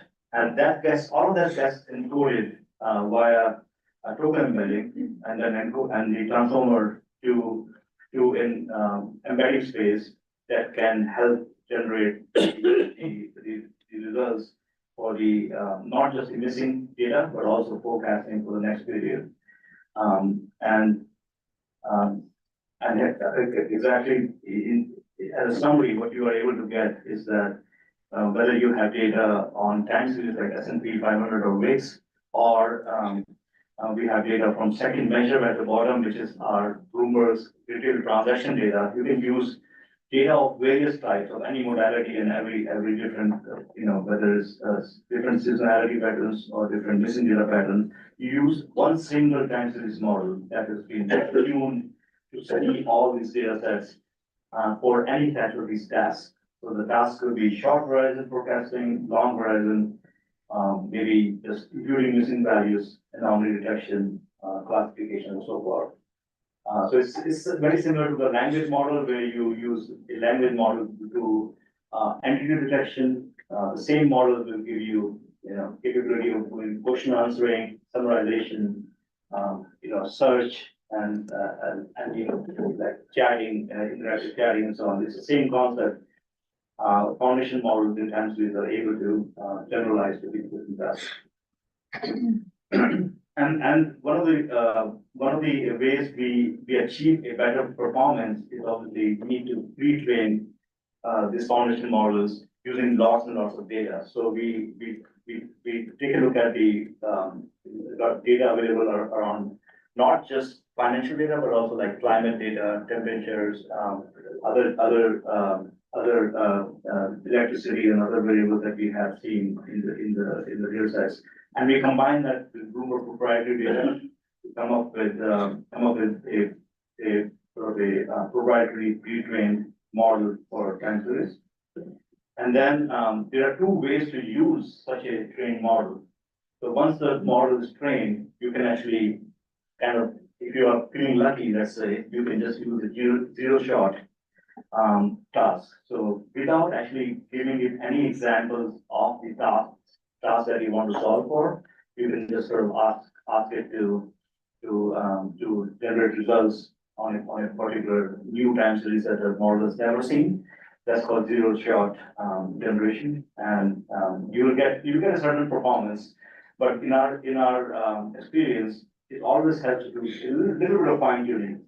And this fine tuning does not mean that you have to change the model at all. You use your pre-trained single foundation model, but you just fine tune it for a particular task, very quickly at the end. So you essentially show it a few examples of the time series data that you are interested in influencing, and it will learn the patterns of that data very quickly. It's similar to what we use in language models, like whether it's prompt engineering or retriever augmented design. A similar concept in time series where you can ask it to sort of tune from the basic foundation model. All right, so I know we have little shorter time, I know, but I'll take 5 more minutes to summarize what we are doing in terms of using these models for imputation in finance. That's actually a big problem. Imputation just means like looking at internal missing data, and in finance, there's a lot of missing data, and there's a lot of types of missing data as well. We have data which is, probably was never even recorded ever, right? So there's, we still want to know what possibly that value could be, but there was no record of it. Sometimes we have companies that don't disclose a certain data point, but we want to be able to learn an estimate of it, to be able to score that company. For example, greenhouse gas emissions of every company. There are many companies who are probably not doing very favorably in that space, so they don't want to disclose their data. But Bloomberg, when we build our climate scoring schemes and ESG scoring schemes, we want to be able to compute that data to build a particular, scoring for that company. So we want to look at non-disclosed data, could be non-accessible, very expensive to obtain. And then even forecasting is sort of in the same vein. It's not known yet, it's in the future, but we want to estimate it. And that's where we use distributional computation, where not only we give an estimate of the future value, but we also estimate the distribution around it, so you can get a sense of uncertainty embedded in the future estimate. And so on. So in general, prediction or imputation, like you can think of it in following ways. Imputation typically refers to the past data.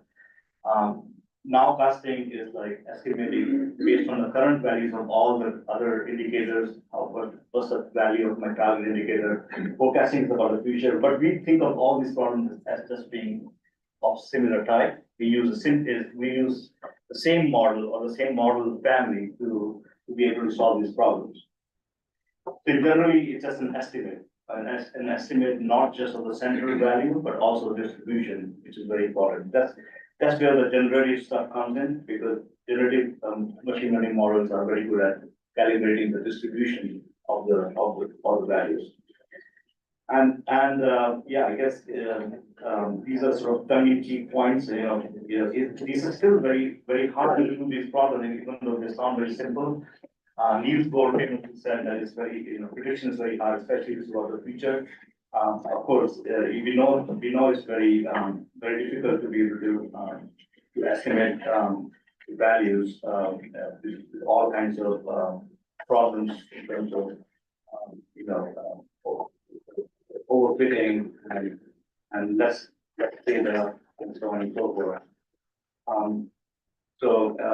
In general, we look at, a smoothing method, which is filling in the past values, nowcasting, forecasting, and also generation.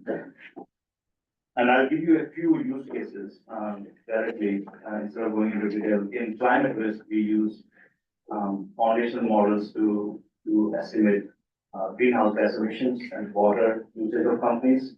So that by learning the historical disclosures by companies on their water usage and on their carbon emissions, and also combining it with industry-wide coverage of the different companies and their emissions and data, we can learn the distribution of target companies' future water use or future emissions using these generative machine learning techniques. We can also do prediction of facilities location. This is again in sort of the global climate ESG space, where there's a lot of talk about physical risk and transition risk in the climate space. Obviously, this refers to the physical risk, physical climate risk, where we need to know what kind of weather conditions or other possible risk conditions are there at different companies' facilities, whether it's their factories or their headquarters or their other kinds of pipelines and things like that. So we want to be able to impute the locations. So companies don't always disclose their locations, but we can impute it using our models.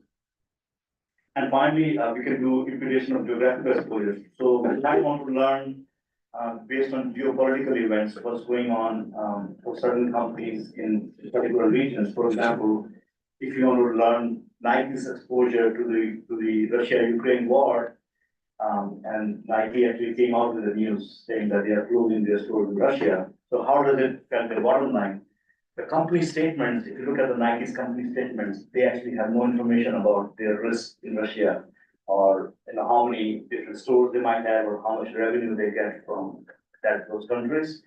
But that's where the quant modeling comes in, where we given the company's disclosures in other regions and their correlations to the target region of Russia or Ukraine, you can impute companies' exposure there. So and actually we compute it to be less than 1%.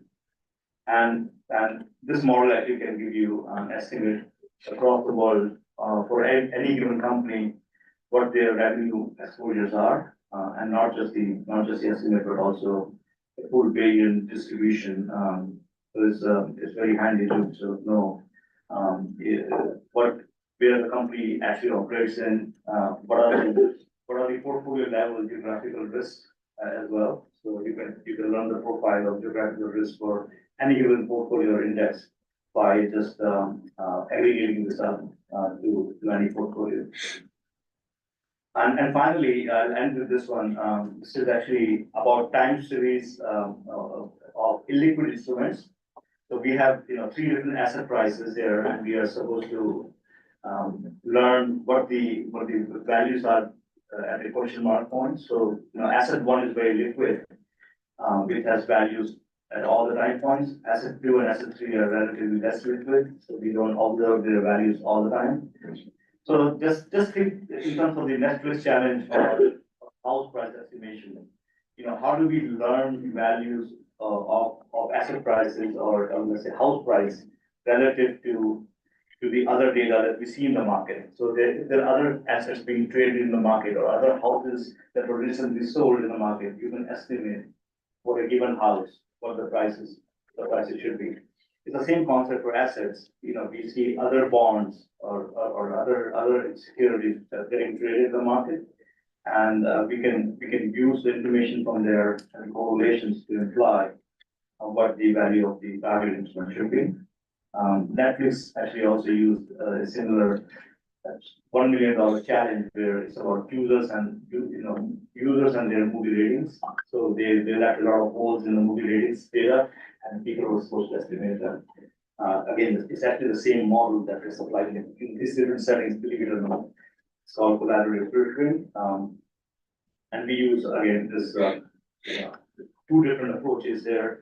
One is, let's say, Quant approach, which is a Bayesian methodology where we are essentially filtering the data as the data comes in. For other assets, we can apply a filtering method to project the information from the new trade that happened in a different asset to the target asset. So, pictorially, you can see these 2 assets being traded in the market at different times. So you'll see a dot where the actual trade happens. So you'll see on the top, in the first 2 data points, the black asset is actually getting traded, and the red one is not getting traded. But clearly, the black asset, when it gets traded, its variance goes down to 0. So you have no uncertainty at every black point. The distribution collapses, but it also projects information down to the red line. So you can see when the black asset traded at a particular point here, it also predicted a downward move for the red asset, but without collapsing the distribution. The distribution collapsed here, but this one did not, because there's still some residual uncertainty in the second asset, because it was not, this asset was not traded, the other asset was traded, but it can still project information gain on the second asset. So you can start to filter this data and still learn an estimate of the second asset price.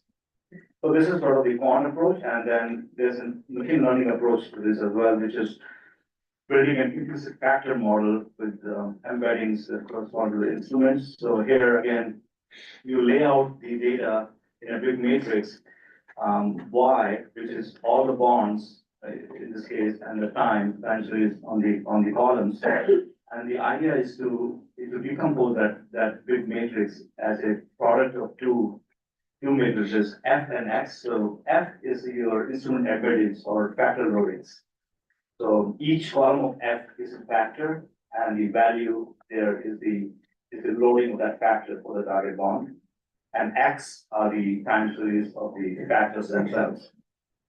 And then idea is so how do we learn F and X from the Y optimally? And I think that's where you build possibly a neural network, and you define a loss function that minimizes the error between the product Fx and the Y, and also certain regularization constraints. So you have your desired properties in the asset matrices. So this is sort of a more global machine learning approach compared to the quant approach. Again, both are valid, both have their pros and cons.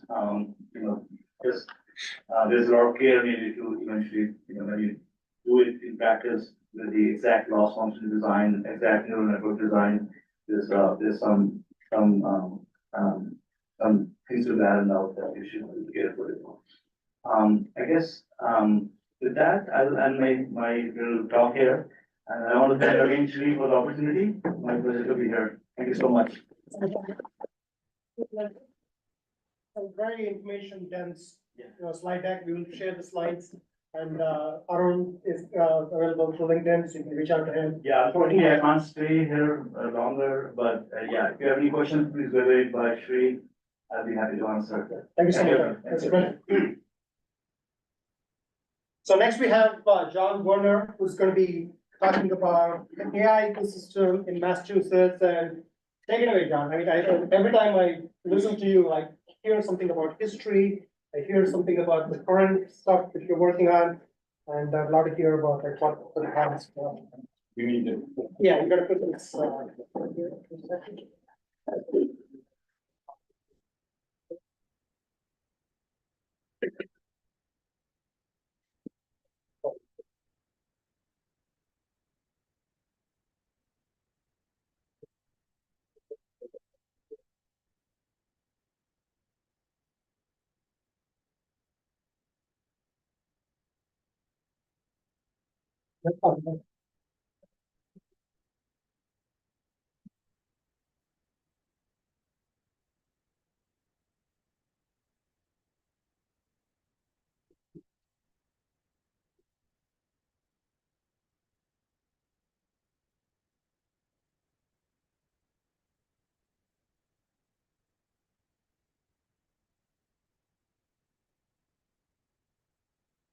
Who's heard me before today?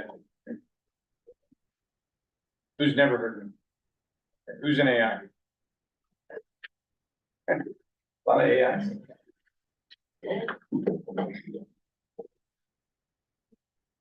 I'm a big fan of Shri, so, John, it's always a pleasure to have you anytime. So, and just the microphone. and how many people are online? It's on LinkedIn Live, so. Okay. Okay, so my name is John Werner. I'm a visiting lecturer at MIT. That's my email. I got 11 emails, last few minutes for an invite to the launch I just mentioned. I sent those out. That's my cell number. All right, so AI, the term's been around since 1955. Minsky and McCarthy wrote a paper to the government saying, hey, fund us, we're gonna do a conference with a bunch of people up at Dartmouth. And they called it AI, artificial intelligence, because they thought it sounded kind of scary and the government would fund them. I talked to Minsky about it, he said, yeah, I could have called it BI, but I thought AI sounded like there was some F there. The reason I show this map is that AI, it's been a concept, it was cybernetics, it's been around for a while. And this is a poster, and you see the neural nets, there was the AI winter, people had predicted all this stuff was gonna happen, and AI was just around the corner and it didn't come. But partly there wasn't the compute, there wasn't the large language models, you didn't have the infrastructure of the internet. And now we're here today, we're people are like, wow, we have this AI thing. Well, the reality is, in theory, we understood that today was coming, we just didn't have all the things in place for it. So this is a map, I actually think it's a few years old, of Kendall Square. And it shows all the life science, the energy, the tech startups. So there's a lot of activity right around MIT. Here's Killian Court, that's where they do the hacks. They put a car on the top or made it into the R2D2. But you can see there's a lot of activity going on. So a friend of mine, Joseph, he lives in New Jersey, he created a map of AI activity in Massachusetts. He said, we're like at the forefront. And he created, this map's kind of hard to read, but it just shows that there's a lot of things going on. And I really like Massachusetts because top research institutions around AI, thriving tech, investor entrepreneur community. I consider myself part of that. Proximity to research, faculty, thought leadership, steady influx of global students eager to participate. I know Babson has a bunch of international students. High number of AI centers of excellence. So it could be corporates setting up shop like right across the street from universities. And then commercial adoptions of AI, availability of AI projects and AI jobs. So there's a confluence of factors going on, making this region, very special. So this is a map of Boston. Boston originally was a peninsula, 70 acres.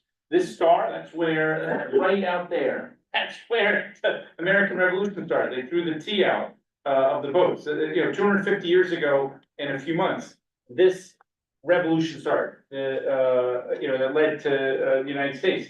I would argue that there's an AI revolution going on right now, and we could decide if we're couch potatoes and passively watching it happen, or we could, be innovators. Now, this guy is named William Barton Rogers, and he had gone to William and Mary, didn't graduate. He was teaching a class at UVA, and on the side, he got a gig to survey Virginia. There wasn't a West Virginia, it was just the whole state of Virginia. And they asked him to survey it because they wanted to build train tracks, they wanted to build factories, they wanted to build sanitation systems. The Industrial Revolution happened, and the state needed to know the topography. And this guy was so frustrated because he couldn't find talented people to do the surveying. There weren't enough in his proximity, in his network.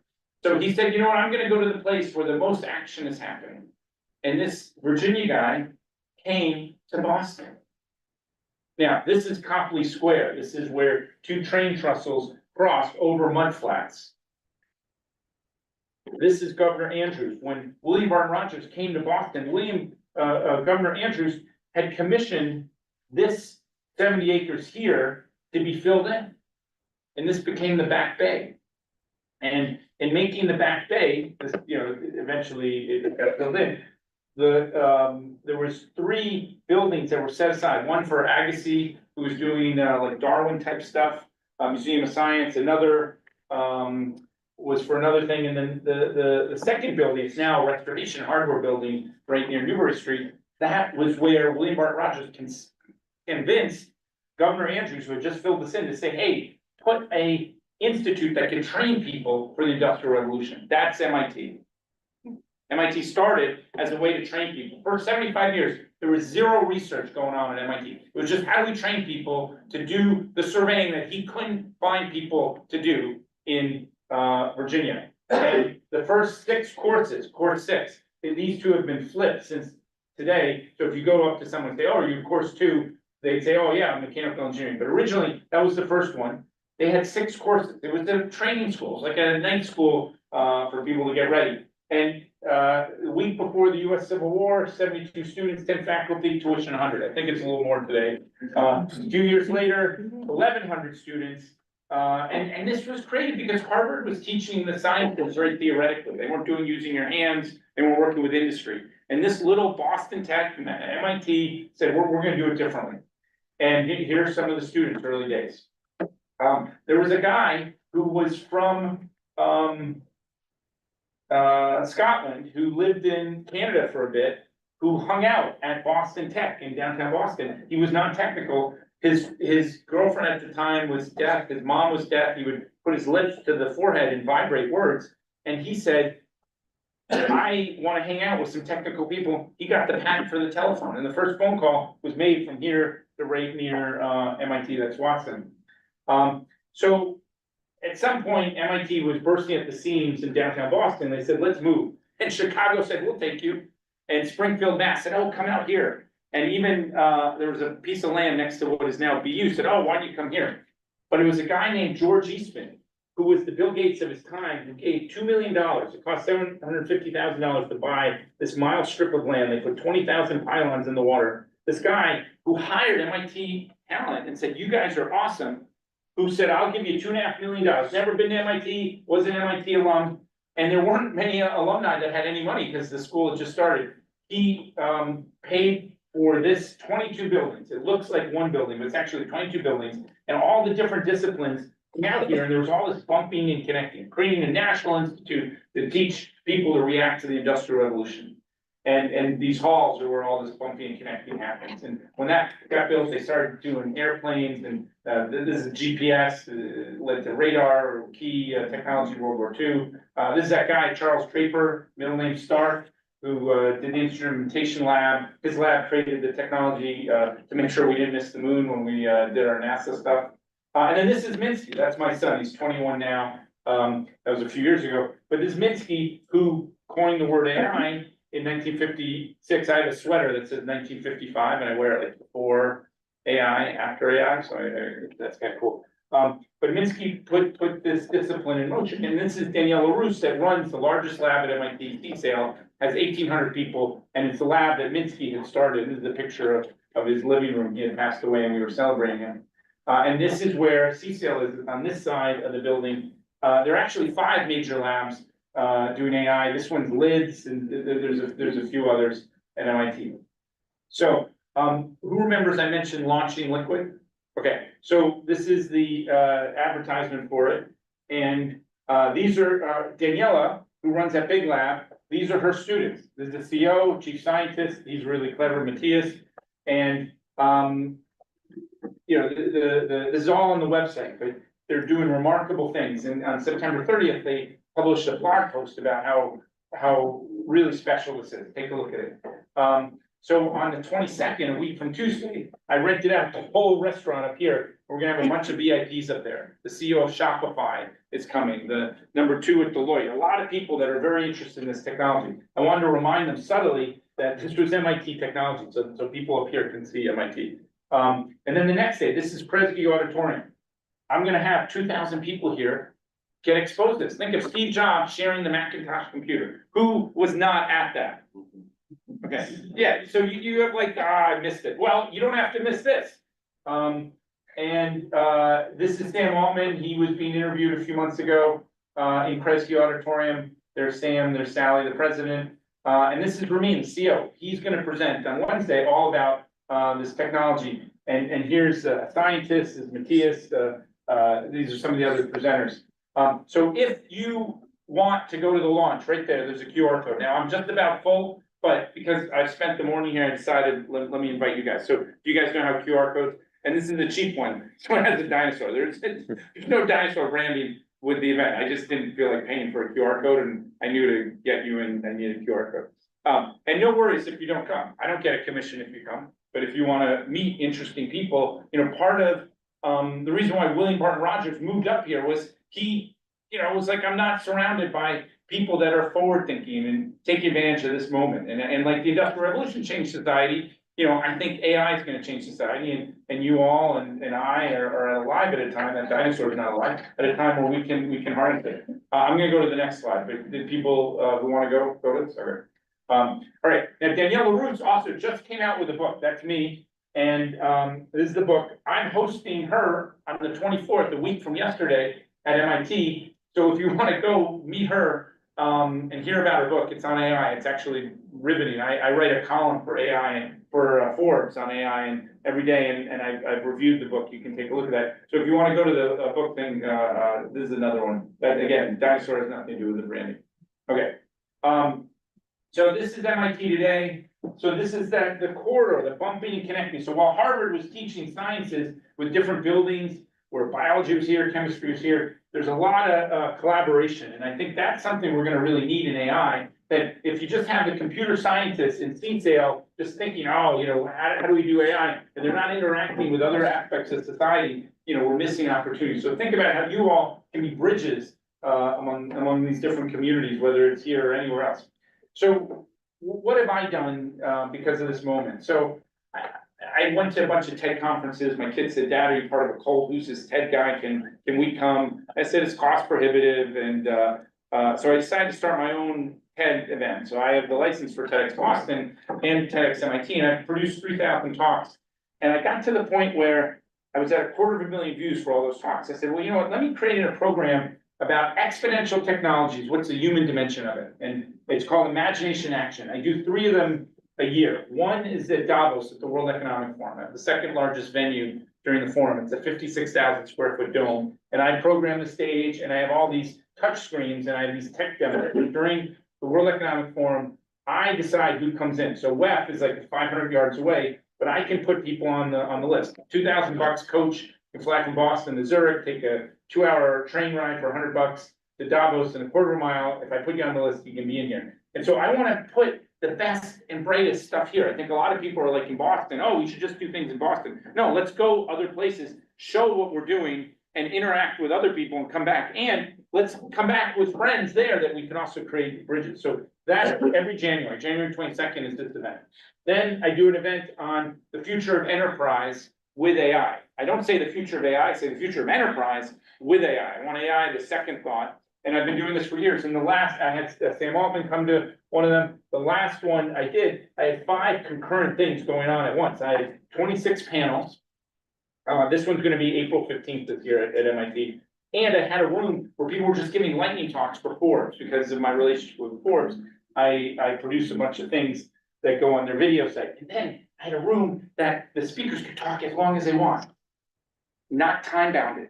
And I said, totally geek out. And that was for IEEE. Who knows what IEEE is? Okay, there are 400,000 IEEEers. If you don't know an IEEEer, you should go find them because those are great people to partner with. And so this was ones where I want people to get really into the weeds on the technology. And so 5 current things. This is imagination, action, exponential technology, what's a human dimension of it, all around AI. And then my 3rd event annually is in June, is with academics. And at all of these events, in addition to having speakers, so these are enterprise speakers, these are academics, I also curate a bunch of startups to pitch. And I have 60 startups pitch. These are their logos from 7 in the morning to 9 in the morning. Here are their logos. And that's kind of crazy. Startups don't get asked to pitch in the morning. You know, these are millennials or Gen Z. They don't even know what the morning is. But I said, no, you're going to go in the morning. And I don't rate them. I don't say, oh, you win a prize. Here's a sticker. I just give them a platform. And these people bring their entourages, they bring their energy, and you mix them with a bunch of academics, or you mix them with a bunch of, you know, Fortune 1000 enterprise companies, and you create these interesting communities, this convection current. And so I've been doing that 3 times a year. This is 1 year, this is another year, and I'm gonna keep doing it. And the events are free. I ask for people to share their fun fact about themselves. I tell people to introduce themselves to one another and share fun facts. But in terms of an ecosystem, I'm not giving you a paint by numbers how to start a company, but this is an ecosystem you could be part of because I want to create a community at this time. You know, we're all hyperly connected with our smartphones, but in some ways we're more disconnected because we're looking down, we're in these little echo chambers. You know, the most popular first name in the world is Mohammed. Who does not know a Mohammed?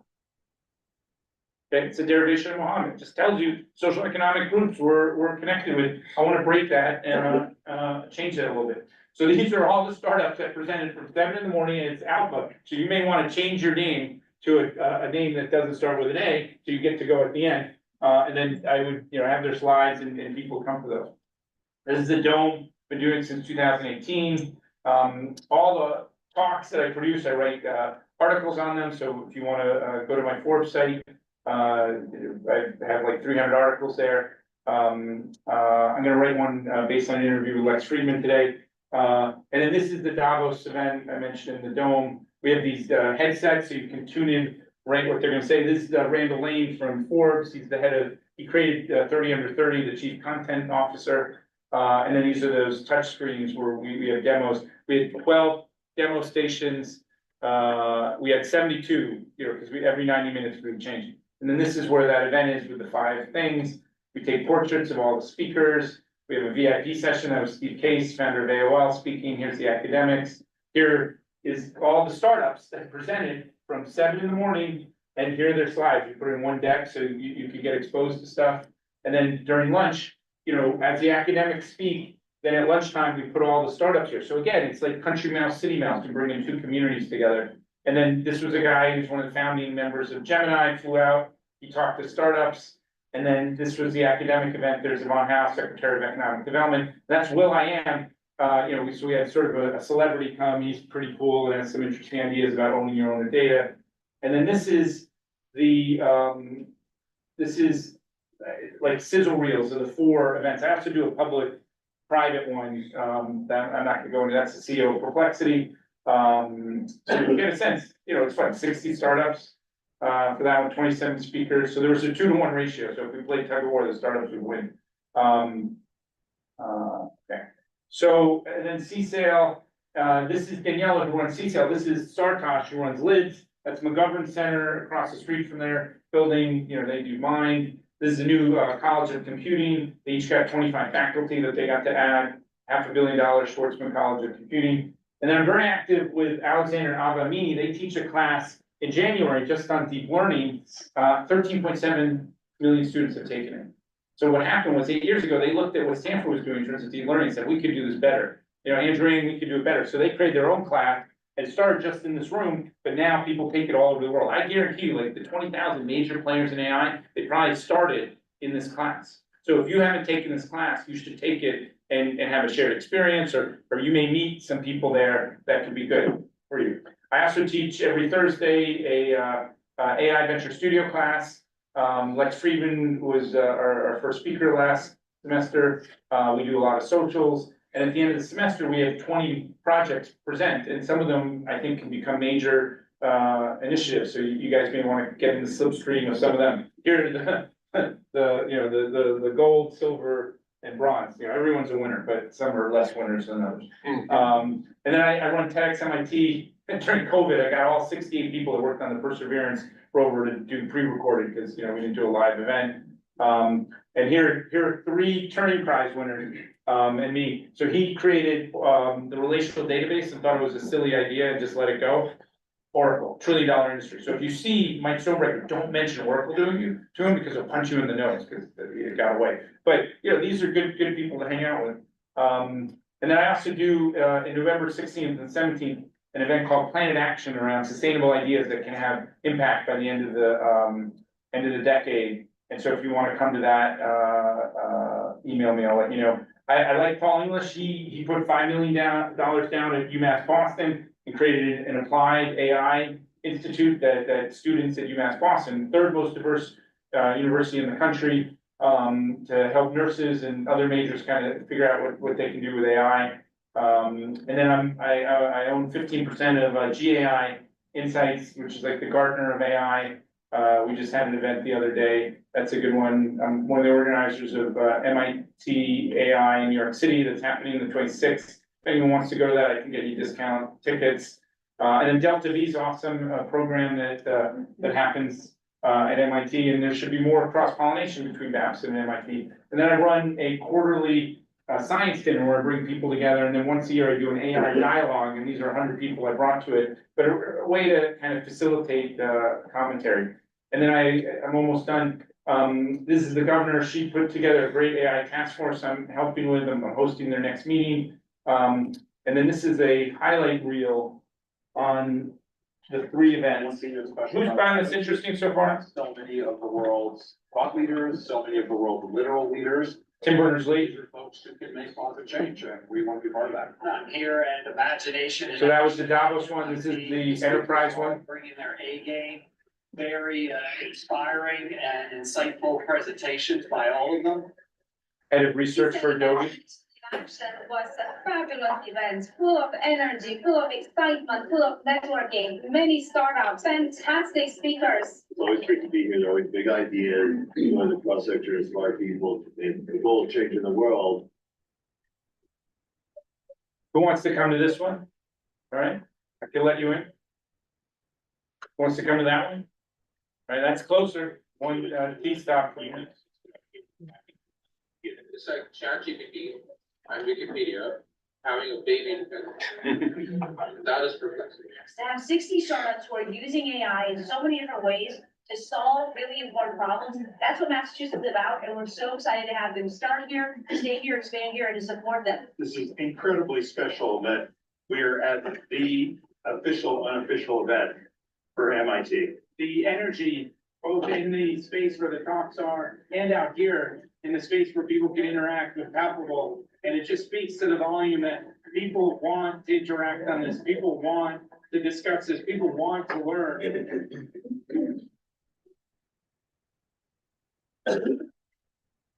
Power of their data, they have their AI shouldn't your AI be your AI, because you're not just having access to some big corporation AI that really will find you more than any company, religion, government, like, why would we want that?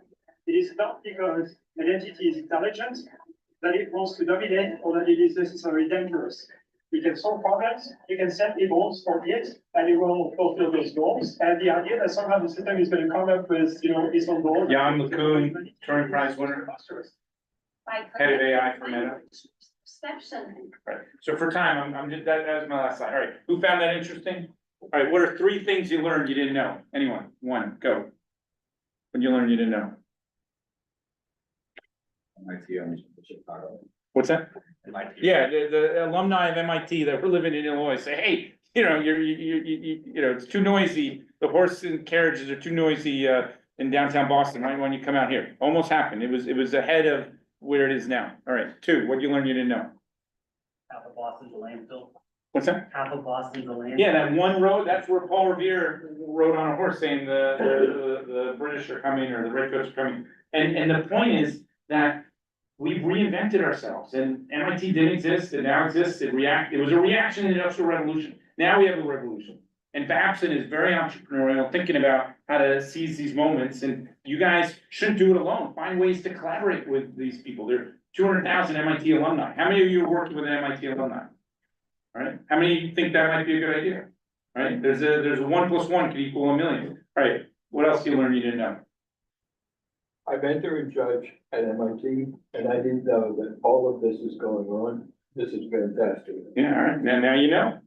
All right, Sri, is that what you wanted me to say, or does anyone else have something you wanted to? Thank you. So Tracy called that Silicon Valley is like the only space where all of the majority of the venture creation is happening, but like the Central is also a major kind of hub for that as well. Yeah, so before Silicon Valley, it was 128. Before 128, it was Detroit.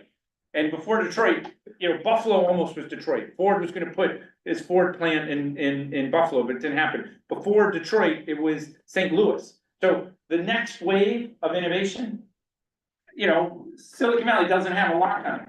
And a lot of people in Silicon Valley are now moving to Austin and Miami. And while people are moving around, why don't we do some remarkable stuff? And this AI stuff is happening faster and faster than anyone could imagine. And, the sine wave, it's going like this. And who the hell knows what the future is going to look like? And some of you may be scared shitless about that, but it also creates opportunity. We need leaders. Who's a leader? All right, well, I hope by the power vested in me that the stuff I'm doing, you plug into it and leverage these platforms. And if not, good luck. May the force be with you, live long and prosper. Amazing presentation. I just wanted to bring in all the catalysts in the Boston ecosystem, because it's the Boston FinTech Week. It's the Boston FinTech Week, and we have so many people coming outside from Boston to see what's happening in here.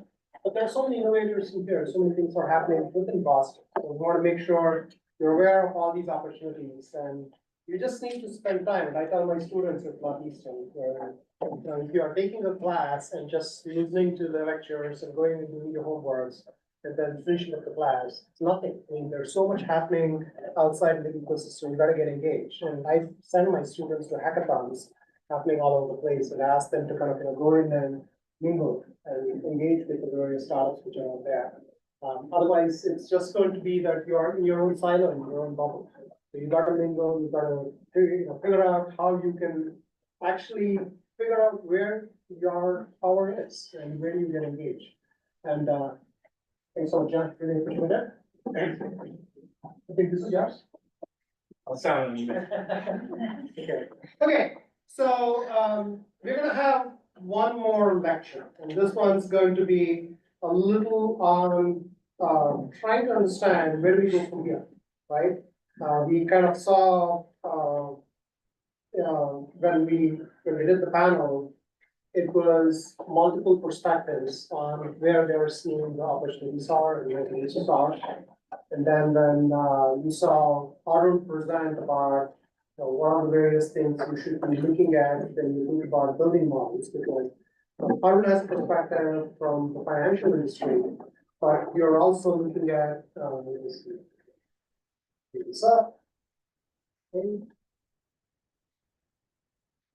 So Arun shared his perspective from industry on what's happening from a modeling perspective. What I'm going to do is just kind of wrap up the whole session with, let's say, the 15 to 20 minutes. I'm going to keep it very fast and try to get you excited about what you should be thinking about when you think about generative AI in general. Okay. Some of it is probably you already heard in the last few days, but I also want to kind of summarize some of the thought processes which are happening in the financial industry. When we look at opportunities in the financial industry, how do you think about pursuing those opportunities, and where are the pockets which you should be thinking about as you build your industry? So primarily, I'm going to talk about these things. I know it's a lot, but don't worry. Just keep those slides, and we'll kind of make sure that you have the slides so that you can review them at leisure. And I didn't get a chance to formally introduce myself earlier. My name is Shri. I'm at QuantUniversity. I'm a Babson alum, and I've also taught at Babson, a Northeastern alum, and I've been teaching at Northeastern for the past 10 years. And for the past 10 years, I've been running QuantUniversity, and we're working on another startup called QskillUse.ai, and we have Shreyas and Apurva who are kind of building many of the aspects of products. So we are not fully there yet to show you a full-fledged demo, but I'm going to give you some screenshots of what we are working on, so that you have an opportunity to kind of work with them. I'm also involved with the CFA and Premier and other institutions. I grew way back in my technology realm on and working on computer science related projects, but most of my career has been in financial services. So I kind of like blend out computer science plus finance aspects whenever I do my work and my projects. Okay, so for people who have been asking for slides, it's going to be on QU.academy. That's our knowledge share, wherein all the slides from today's presentations will be available. And there's a code called Boston FinTech, all capitals, and that's where you can access all the slides including today's presentation. And if you have had challenges, just send an email to info@qusandbox.com. I'll catch one of us after this presentation, and we'll be happy to share this. Okay. Okay, so I want to kind of kick it off with my life with ChatGPT in 3 examples. We did a workshop at the CFA Boston Society last year, and we had a couple of RIAs in the room, and we were talking about like, what can you do with ChatGPT?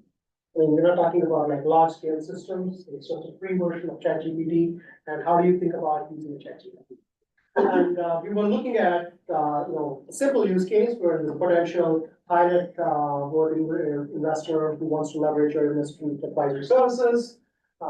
This person has planned to retire in 10 years, has 2 kids who are ready to go to college in the next few years, has a chronic health situation, so needs to think about medical expenditure and stuff like that. And so you want to have a letter summarized for this person so that you can have them prepare for this meeting, so that you can have a productive meeting with this potential investor, right? So we asked the group, how much time would it take, like knowing all this information, to put together a nice formal letter and send this letter? They were all like, oh, it'll take a few hours, and I may have my assistant draft it out, and I may have to think about it. We basically put in like, okay, let's see if we take this information, just put this into ChatGPT and see what happens. And that was the letter which came up. And most of them in the room, and these are professionals who have spent 10, 15 years working in the space, so that's very close to the final version I would send out. I mean, this would be, it would take at least like half a day to generate a letter like this. And now it's just taking like a few seconds. I can even do it. I don't need an assistant to do it for me. I could just pop in the information about my potential client. It's a personalized letter. And it's giving me so much more meaning when it comes to the meeting, because it shows potential client that you are prepared, you are personalizing it to their specific needs, and for them to have actionable steps on what they need to be prepared about when they come to this meeting. So these meetings are going to be more proactive. Another example, so I spoke at a conference in Chicago a few months ago, and it was a very specific conference for pension actuaries and people who are in the retirement system, and I have a lot of people I work with in the retirement systems, both in California and other places. And when we kind of talk about these issues and customizing things for audiences there, it becomes like so specific. And I wanted to highlight why they should be coming to this particular meeting. And I just took the conference website and I basically put the information in the conference website and I said, I'm going to be speaking there. And if you want to join us, come down to this conference. And just basically giving this small prompt, as it's called, 3 or 4 lines, generated a beautiful letter for me. Okay, this was the prompt, just to check. Just give a website link and then provide 3 reasons why you should be attending this conference. So it summarized the conference and also gave the insights on what it should be. And then it's a meaningful letter. A lot of people would be appreciative of you taking the time to actually craft a letter for them. But for me, it was so simple to actually generate this. And you can automate it. You can actually build it into a pipeline and send it to all your clients and personally. So you can see when Dee was speaking about sales and marketing, these are the kinds of channels we are seeing, where you have personalization, customization, being specific to the needs of your audience, rather than kind of having a generic approach saying, here, first name, last name. And this is kind of what the approach you're going to see in the letters you're seeing. Right? The last one is like near and dear to my heart, being dad. So I have a 6th grader who was preparing, she had a swim class. I took her to a swim class and we were driving back a Sunday evening. And then she said, oh, I have a test tomorrow, a science test tomorrow. I completely forgot about it. So we have a 45-minute drive back home. So, okay, so we gotta go home and it's close to dinner time. I'm not sure how much time we have to prepare for your quiz. So I asked her about it, what's the topic? And she was sitting at the back. Electromagnetic radiation. That's the topic. You can't have an easy conversation with a 6th grader without knowing the topics and what the teacher has taught her. And I'm driving, I gotta be focused on the road. So I use my power skills to ChatGPT. So I basically said, review the Massachusetts 6th grade syllabus and put together an audio lecture on electromagnetic radiation and summarize it for me. And it kind of put together this whole 6th grade syllabus, Massachusetts electromagnetic radiation topics, and it kind of narrated it. And after that narration happened, I said, like, create a quiz based on the topic you just created, and then ask a question one by one and give answer choices. And I started asking questions, and sitting at the back, my daughter was like answering questions, A, B, C, D, etc. And then within like half an hour, she had prepared for the test. Okay, and I was kind of just watching the interaction between an agent, which is kind of the taking basic information I gave, and kind of interacting with a 6th grader who's sitting at the back and answering questions prepared for it. So that's my life with ChatGPT, and that hadn't happened for many, many, many years. And in the last 2 years, we're seeing so many opportunities to work with this new phenomenon we're seeing called generative AI, right? So we have this whole area which is kind of flourishing, and everybody is kind of leveraging tools like ChatGPT to build out various workflows and pipelines and making your life better as an individual or for organizations as we build our products. So initially it started out with this whole notion of, okay, let's kind of see what fun stuff we can do with it. Let's create new emojis, let's create new articles, let's create poems, and let's create drafts and see what happens, right? So that was where we started, but now enterprises are kind of leveraging this and saying, okay, what enterprise tools can be built to make our life simple? Because whenever you work for any profit-making entity, it's all about like, how do I make things faster, better, cheaper, right? So you want to look at the enterprise value, look at return on investment, but also think about like, what value can you add to your customers? Earlier in the day, maybe many years ago, you would say bank works from 9 to 5, but more or less you are 24/7 banking today.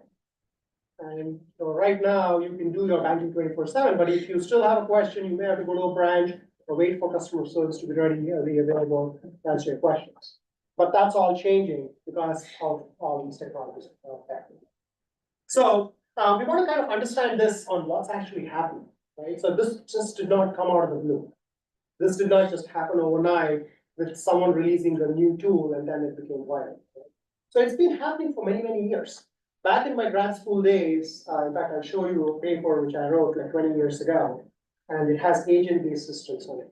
Okay, I designed an agent-based systems 20 years ago, but I could not find a job which actually used it because we didn't have technology, we didn't have the intelligence to actually use it. So you can see this is the WIPO, publication. You should actually look at some of these because this actually collects all the data about inventions which are happening in the world, the patent filings which are happening in the world. So give you an idea what amount of energy is kind of going into space. So the graph you see on the left were artificial intelligence patent families and publications by year. And this was like a few years ago, till 2017, when you see it, like, we didn't have much activity until here, but then suddenly it started skyrocketing. Periodical, the publications, scientific publications is what you see in here. And it was not just the scientific publications. People weren't just doing fun research and writing papers and living like that. They were actually filing patents, which basically meant that this is intellectual property we need to protect. This is going to generate business value for us. And they were generating patents and filing patents, and that this we are developing something new and innovative. And when you look at the areas where they were filing patents, you see things like neural net, support vector machines, rule-based learning, deep learning. So here are the topics where people were doing research and building patent portfolios with the companies. So fast forward, I pulled out the latest report, and there's a whole report on generative AI. And this report kind of talks about, like, how do you see this pyramid here? So on the left are the generative AI patent families, and this is like the generative AI patent publications. 2023 alone, there are close to 35,000 scientific publications on generative AI. Close to 15,000 patent filings on generative AI, right? And this is where we're seeing, and there's also a listing of all the companies, and you can see like the Tencent, Ping, Baidu, Chinese Academy of Sciences, IBM. These are the entities filing all these patents, right? And if you look at the report, you can see this whole geographical distribution of all the research institutions and companies which are actually doing research in generative AI, and finding new methodologies and building these systems. On the right, you see all these, patent families, split by application areas, and you see software and applications. Between 2014 and 2023, there were close to 30,000 published patents in the software area. Okay, published patents 2014 to 2023 in the software area, it has gone up from 371 to close to 8,000. I mean, like if you just look at the financial services area itself, you see a lot of stuff happening there, but many of these are cross-pollinations, right? So you can use some of the type of stuff which is there in software technology and you can use it in places. So fascinating things. And then you can see in the areas, the reason why I brought in, had a panel of diverse areas and expertise is because on the institution side, a lot of work is happening. And Bridgewater is, recently published that they have a $2 billion fund, which is run primarily using just machine learning. $2 billion, right? And you will see a lot more of similar efforts wherein you are not just relying on human expertise, but the human experts are basically curating the technology stacks so that you can actually operationalize efforts like these. It was inconceivable even a few years ago, right? And on the other hand, there are a lot of efforts. Morgan Stanley was one of the first few which partnered with OpenAI. They have a whole research system which they have built internally, leveraging their proprietary data and proprietary resources. And then you have companies like Bloomberg, Arun spoke about it. They have their own GPT. And they're basically using it to power the experiences Arun was talking about, wherein you don't have to type in finance anymore. You can express what you want to search. You can express what you want to learn, and you will be able to get back that information, just by providing, plain old text. And then for people who are looking for opportunities, you're seeing this plethora of opportunities. All these major banks are hiring machine learning talent because that's where the opportunity is. That's where they see growth being. That's where they're seeing this opportunity to either cut costs or to basically engage with these people to create new revolutionary technologies.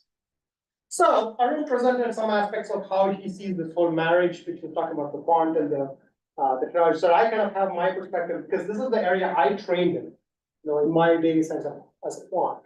But nowadays, there's a cross-pollination of all the things I'm using, aspects of generative AI and chatbots and things like that, but merging it with my background and grounding of the fundamentals of finance. And many times we miss the whole picture that you've got to have this grounding because in a financial institution, many a times you are kind of working in this spectrum, optimization, factor models, et cetera. You can't replace this yet with just the new technology stack. You got to think about integration on having this notion of I need to understand these assets, but then apply them in specific settings. Okay? And then you talk about this pipeline, and this pipeline is kind of a constantly evolving pipeline, the machine learning pipeline. And initially people said, well, we figured out there are 8 boxes. Let's just put together a no-code, low-code solution and just make it into a template. Initially it worked. You could, do like, simple problems like who survived and who died in the Titanic, the cattle examples you typically see. But now you're seeing so many aspects of it because this whole notion of model, building, selection, tuning, it's all gone. If there's a large language model which is being hosted, all you have is an API key. You need to be able to send your prompts, you engineer your prompts, which is basically today's version of feature engineering, is to send the appropriate prompts so that you get back the responses you want, and then merge it with other aspects, structured and unstructured data sources, right? So I just kind of listed like 10 use cases just to kind of get you thinking on the kinds of things which are happening in the financial services world. Obviously, these are not the only ones, but the value, as we call it, is happening in these areas. So I'm going to just quickly summarize what this is, so that it gives you an opportunity to kind of delve deeper into it. The first one is summarization, which I gave you an example earlier. A lot of summarization. You're probably seeing Notebook LLM and even ChatGPT. You can just upload a document and get a quick summary out of it. That's fabulous. Because I don't have time to read 75-page reports. If I'm preparing for a meeting and I need to give me like a 10 bullet point summary of what I'm reading, it's something I want to be able to get information as quick as possible. So that's where a lot of work is going on in terms of summarization. Rather than giving all the information to you at once, think about it as explore experience in Excel, where I just want to explore this information. Is this really worthy of my research and my time to read through this whole report to garner certain insights from it, or just get a quick summary and then process it from there? Another one is querying information. When you think about search, right now we are seeing this one-step search, like when you go to Google saying, ask a question, hopefully get an answer, right? Or get relevant bits of information which I have to individually dig through to be able to query and get information I want, right? But that's changing, wherein you can actually ask questions where there is information in multiple places, and I want a consolidated answer. I want my engine to go in and search through multiple sources, reason, put all this information together, and then kind of get me the information I'm looking for. It could be a multi-hop, an ensemble approach, or whatever it could be, right? So that's another aspect which is happening. Outline generation. Many times you just need to be able to get started. Right? If I wanted to create a presentation, if I wanted to pitch something to a client, if I wanted to kind of summarize certain information I've already processed, but I need some kind of a quick outline. The first drafts is always the hardest. Many times when you create a presentation, it's just getting the thought process together and getting started is the hard part. So life is much simpler with some of these tools where you could potentially say, hey, I wrote a report on this particular topic. I already have an outline. Get me started on this new topic so that I can optimize my time and focus on specific things. Oh, by the way, here are the things I need you to focus on and provide bits and pieces of information and get the first draft going. There's a lot of work going on to get your first draft happening. There's positive and negative because you see this whole proliferation of AI generated content out there. Many of them are so generic and may not make sense, but you also have information which is being generated on your end, which probably would not have happened if you did not put in the effort to actually create something new. Right? So there is the pros and cons. You gotta work with it, see what makes sense and to what level you want to have these automation happen. Personalized news. This is huge. I mean, I have had many students of mine actually create systems as a part of the course I'm teaching at Northeastern. But back in the day, this is like 2007, 2008 time frame. I was at City and I was in the Munis tech department where we were basically building tools for municipal bond traders. And primarily we were searching through information from various sources. And every day we had a schedule. 7 o'clock, one of us would write the morning newsletter, which meant that I would come in the morning, make my pot of coffee like 6:30 in the morning, sit down, go through the Bloomberg terminal, go through a bunch of news resources, summarize the information and create a newsletter which would be shipped out to close to 400 traders and analysts throughout the country to basically alert them about the information regarding fixed income and municipal bonds for that particular day. Okay, and it took quite a bit of effort to put that whole letter together, 2 to 3 hours of an analyst's time, and I had to do it on a daily basis, but it was not personalized, right? It was just generic information, we had templatized and then made it available. But with the systems like what we have in here, we basically have the ability to kind of, get everything going in a very few clicks of button, if you will. And then there's a lot of work going on in AI fraud detection. There are a lot of, like I'll share the slides with you. A lot of personalization tools, the consumer front are getting AI layers built into it, which are great opportunities. Chatbots is another big one.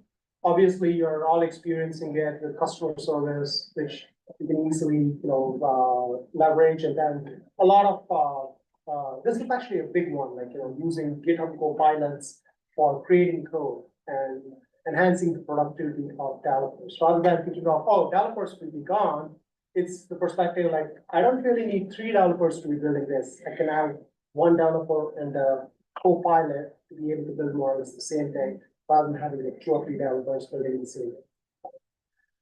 So those are some of the opportunities. And then I put in RPA++ because many people invested significantly in what's called as RPA, or robotic process automation. But now with intelligence built over it to be much more dynamic, there's a lot of automation which goes along with that.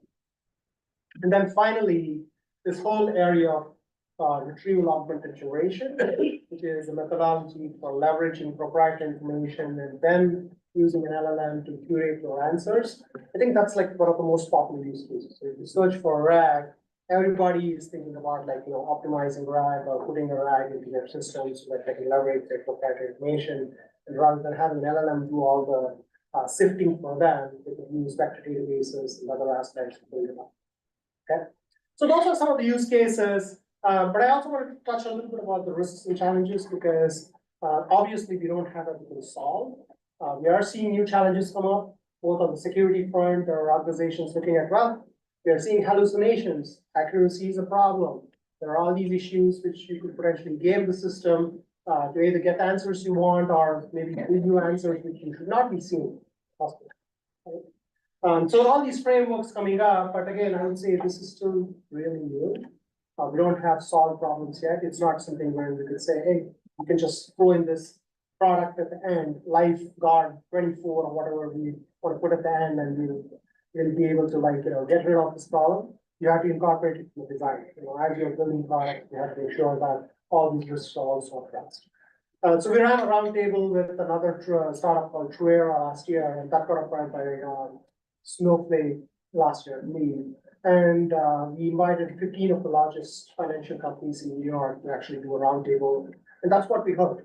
They're all concerned about hallucinations and accuracy. So they're making it more internal facing for the applications rather than external facing applications. And that's changing a little bit this year, but you still see a lot of concerns in the financial industry. So when you're building products for the financial industry, you've got to make sure that you have the right kinds of guardrails set up for all your products. Okay, so I want to kind of end my talk with like one last aspect which everybody's talking about, which is the agentic revolution. Okay, so everybody has this notion of we're going to build faster, better, cheaper. How do we use multimodal models? How do you use the models so that we can optimize on the performance, but also reduce the hallucination and put in guardrails, etc. But there's a lot of talk about agentic revolution and agent-based things. Why is that so? I just want to give you a little bit of context on my journey with agent-based systems over time so that I can connect the dots. 20 years ago, when I was doing graduate research on distributed information access, we used mobile agents. We built out a framework wherein we had all these data sources, and then we had these function agents, as we call it, which was specialized to do siloed tasks. And then we had these user agents, which were personalized agents for specific tasks. Okay? And then we had a mapping function with a lookup table where we would say, if the user wants this, it will delegate it to a particular function task, and it will leverage some proprietary information, do certain things, and then consolidate the answers to really find it. Right? So it was pretty conceptual. We built some basic prototypes, but it was not intelligent enough to be deployed. I mean, it was there. I mean, this was published in 2004, 20 years ago. But this was kind of the framework I built like 20 years ago for my graduate thesis, right? And fast forward, like, no one gave me a job to build that system in the enterprise because it was, practically useless, theoretically good, but practically useless. But Citi gave me an opportunity saying, well, we are building trading systems, but there was a business context. The business context was, we don't want the street to know the price of the assets we are buying or selling. So what we'll do is we'll create an internal auction so that human traders and machine traders can actually bid on a particular price. And whoever wins the prize, that prize will go on those trades. So we built a whole agentic system internally so that we can create an internal auction, leveraging information from Bloomberg. That's where the MBW Go was coming in and starting around. When you were using Bloomberg as a data source, get the data from Bloomberg, run an internal auction, figure out the best price, then send that price to the street. So that was like the system, agent-based system we built at Citi, and this was 2006, 2008. Nothing intelligent, but workflow automation so that you can actually automate the whole process, right? And then I went to a search company called Indeka, Raj's here, so he was a colleague of mine at Indeka. And there, the whole notion of distributed information access was, we wanted to create an index which had to be in memory. But we could not put a lot of stuff in memory because of the restrictions of how much you could put in memory. So we created these distributed indices wherein every system had its own index, and then we basically connected all of them. So depending on where the search came, you could go into these systems and get that information. It was probably an access problem, but we wanted to make sure that the access was generated in a much faster pace so that you can, cater to the information request at that point in time. Right? So fast forward today, everybody's talking about agent-based system. It's new. We gotta build an agent-based system. But the surprising aspect of today is there's a lot of infrastructure, there's a lot of stuff which has happened over many years, which can make things possible. But today, the beauty is we are adding an intelligence layer here, which makes life much, much different than what we had as problems in the past. And I share a paper in here which talks about the various architectures and how agents could structure various things. The nice thing about this is we are seeing practical problems with today's day and age, technology problems and seeing how we can solve it. So this is just an example here from this paper. It talks about okay, so if you have a question, how many rooms in the hotel that is home to the Cirque du Soleil show Mr. It gives you a random answer, 2664, because we're using generative AI, maybe store and it was trained last year to give you an answer. Maybe not the current answer, it may not be the valid answer, right? So that's wrong. So if you use this design pattern called chain of thought, which is to say, hey, when I get you a problem, split it into a chain of thought process. How would a human think? And then answer the question. So then, it stops and thinks, and then it says, okay, but Treasure Island has 2885 rooms, so the answer is 2880, right? So that's the chain of thought process, which is basically reason only for the question. Then there is act only process wherein you say, well, this is how I would do it. I would search, I would do a lookup, and then I would do a search. But with this series of actions it takes, it could not end up with an answer. So it ends up saying, I don't know, can't get an answer. So there's a design pattern called React, which you will see in agent-based architecture later. So they kind of goes with this notion of react, reason, and act. Then there's a thought, there's an action, there's an observation, there's a thought, there's an action, and there's an observation, and it consolidates all these processes and then comes up with the right answer, 3001. So this is basically a series of steps which are taken to answer a particular question, which is typically what an agent-based system will do. To take not only the access to information, but also build in these layers so that we can actually get to the information we really need. Right? I just want to share these examples so that you know what we're talking about. But on the infrastructure side, because we have so much compute, we have all these design patterns on the cloud. So companies this is I put it from Microsoft. So they're basically created hey, you know what, you will need structured data sources, or you will need this kind of compute, you will need all these interactions. And we will give you the infrastructure so you can actually build out an agentic architecture and build out. So building systems is not going to be difficult for you, because you have applications, you can try it on cloud, you can try it on different infrastructures, see what actually works, and then apply them to your business. Right. No, just a minute, let's finish. And then, at Q-Skill Bridge, which is what we're building, so we can show you a demo and we can get this other thing in a second. So what we are trying to do is basically, learning. When I was at MathWorks and other places, it would take 40 hours to generate 1 hour of training content. So the workshops we do takes close to 40 hours for 1 hour of content. So if I'm doing an 8-week workshop, so it basically take, an 8-hour workshop, a day's workshop, I have to spend 8 weeks to actually prepare for a 1-day workshop, right? But the information changing so fast, it's such a major thing to getting exposed to build out the content. So we are leveraging AI. And we are building out the infrastructure to create new courses, leveraging, and we use our, human curation to make sure that it's robust and, it's all, well put together. But we're also looking at other applications we can use with the agent we are creating.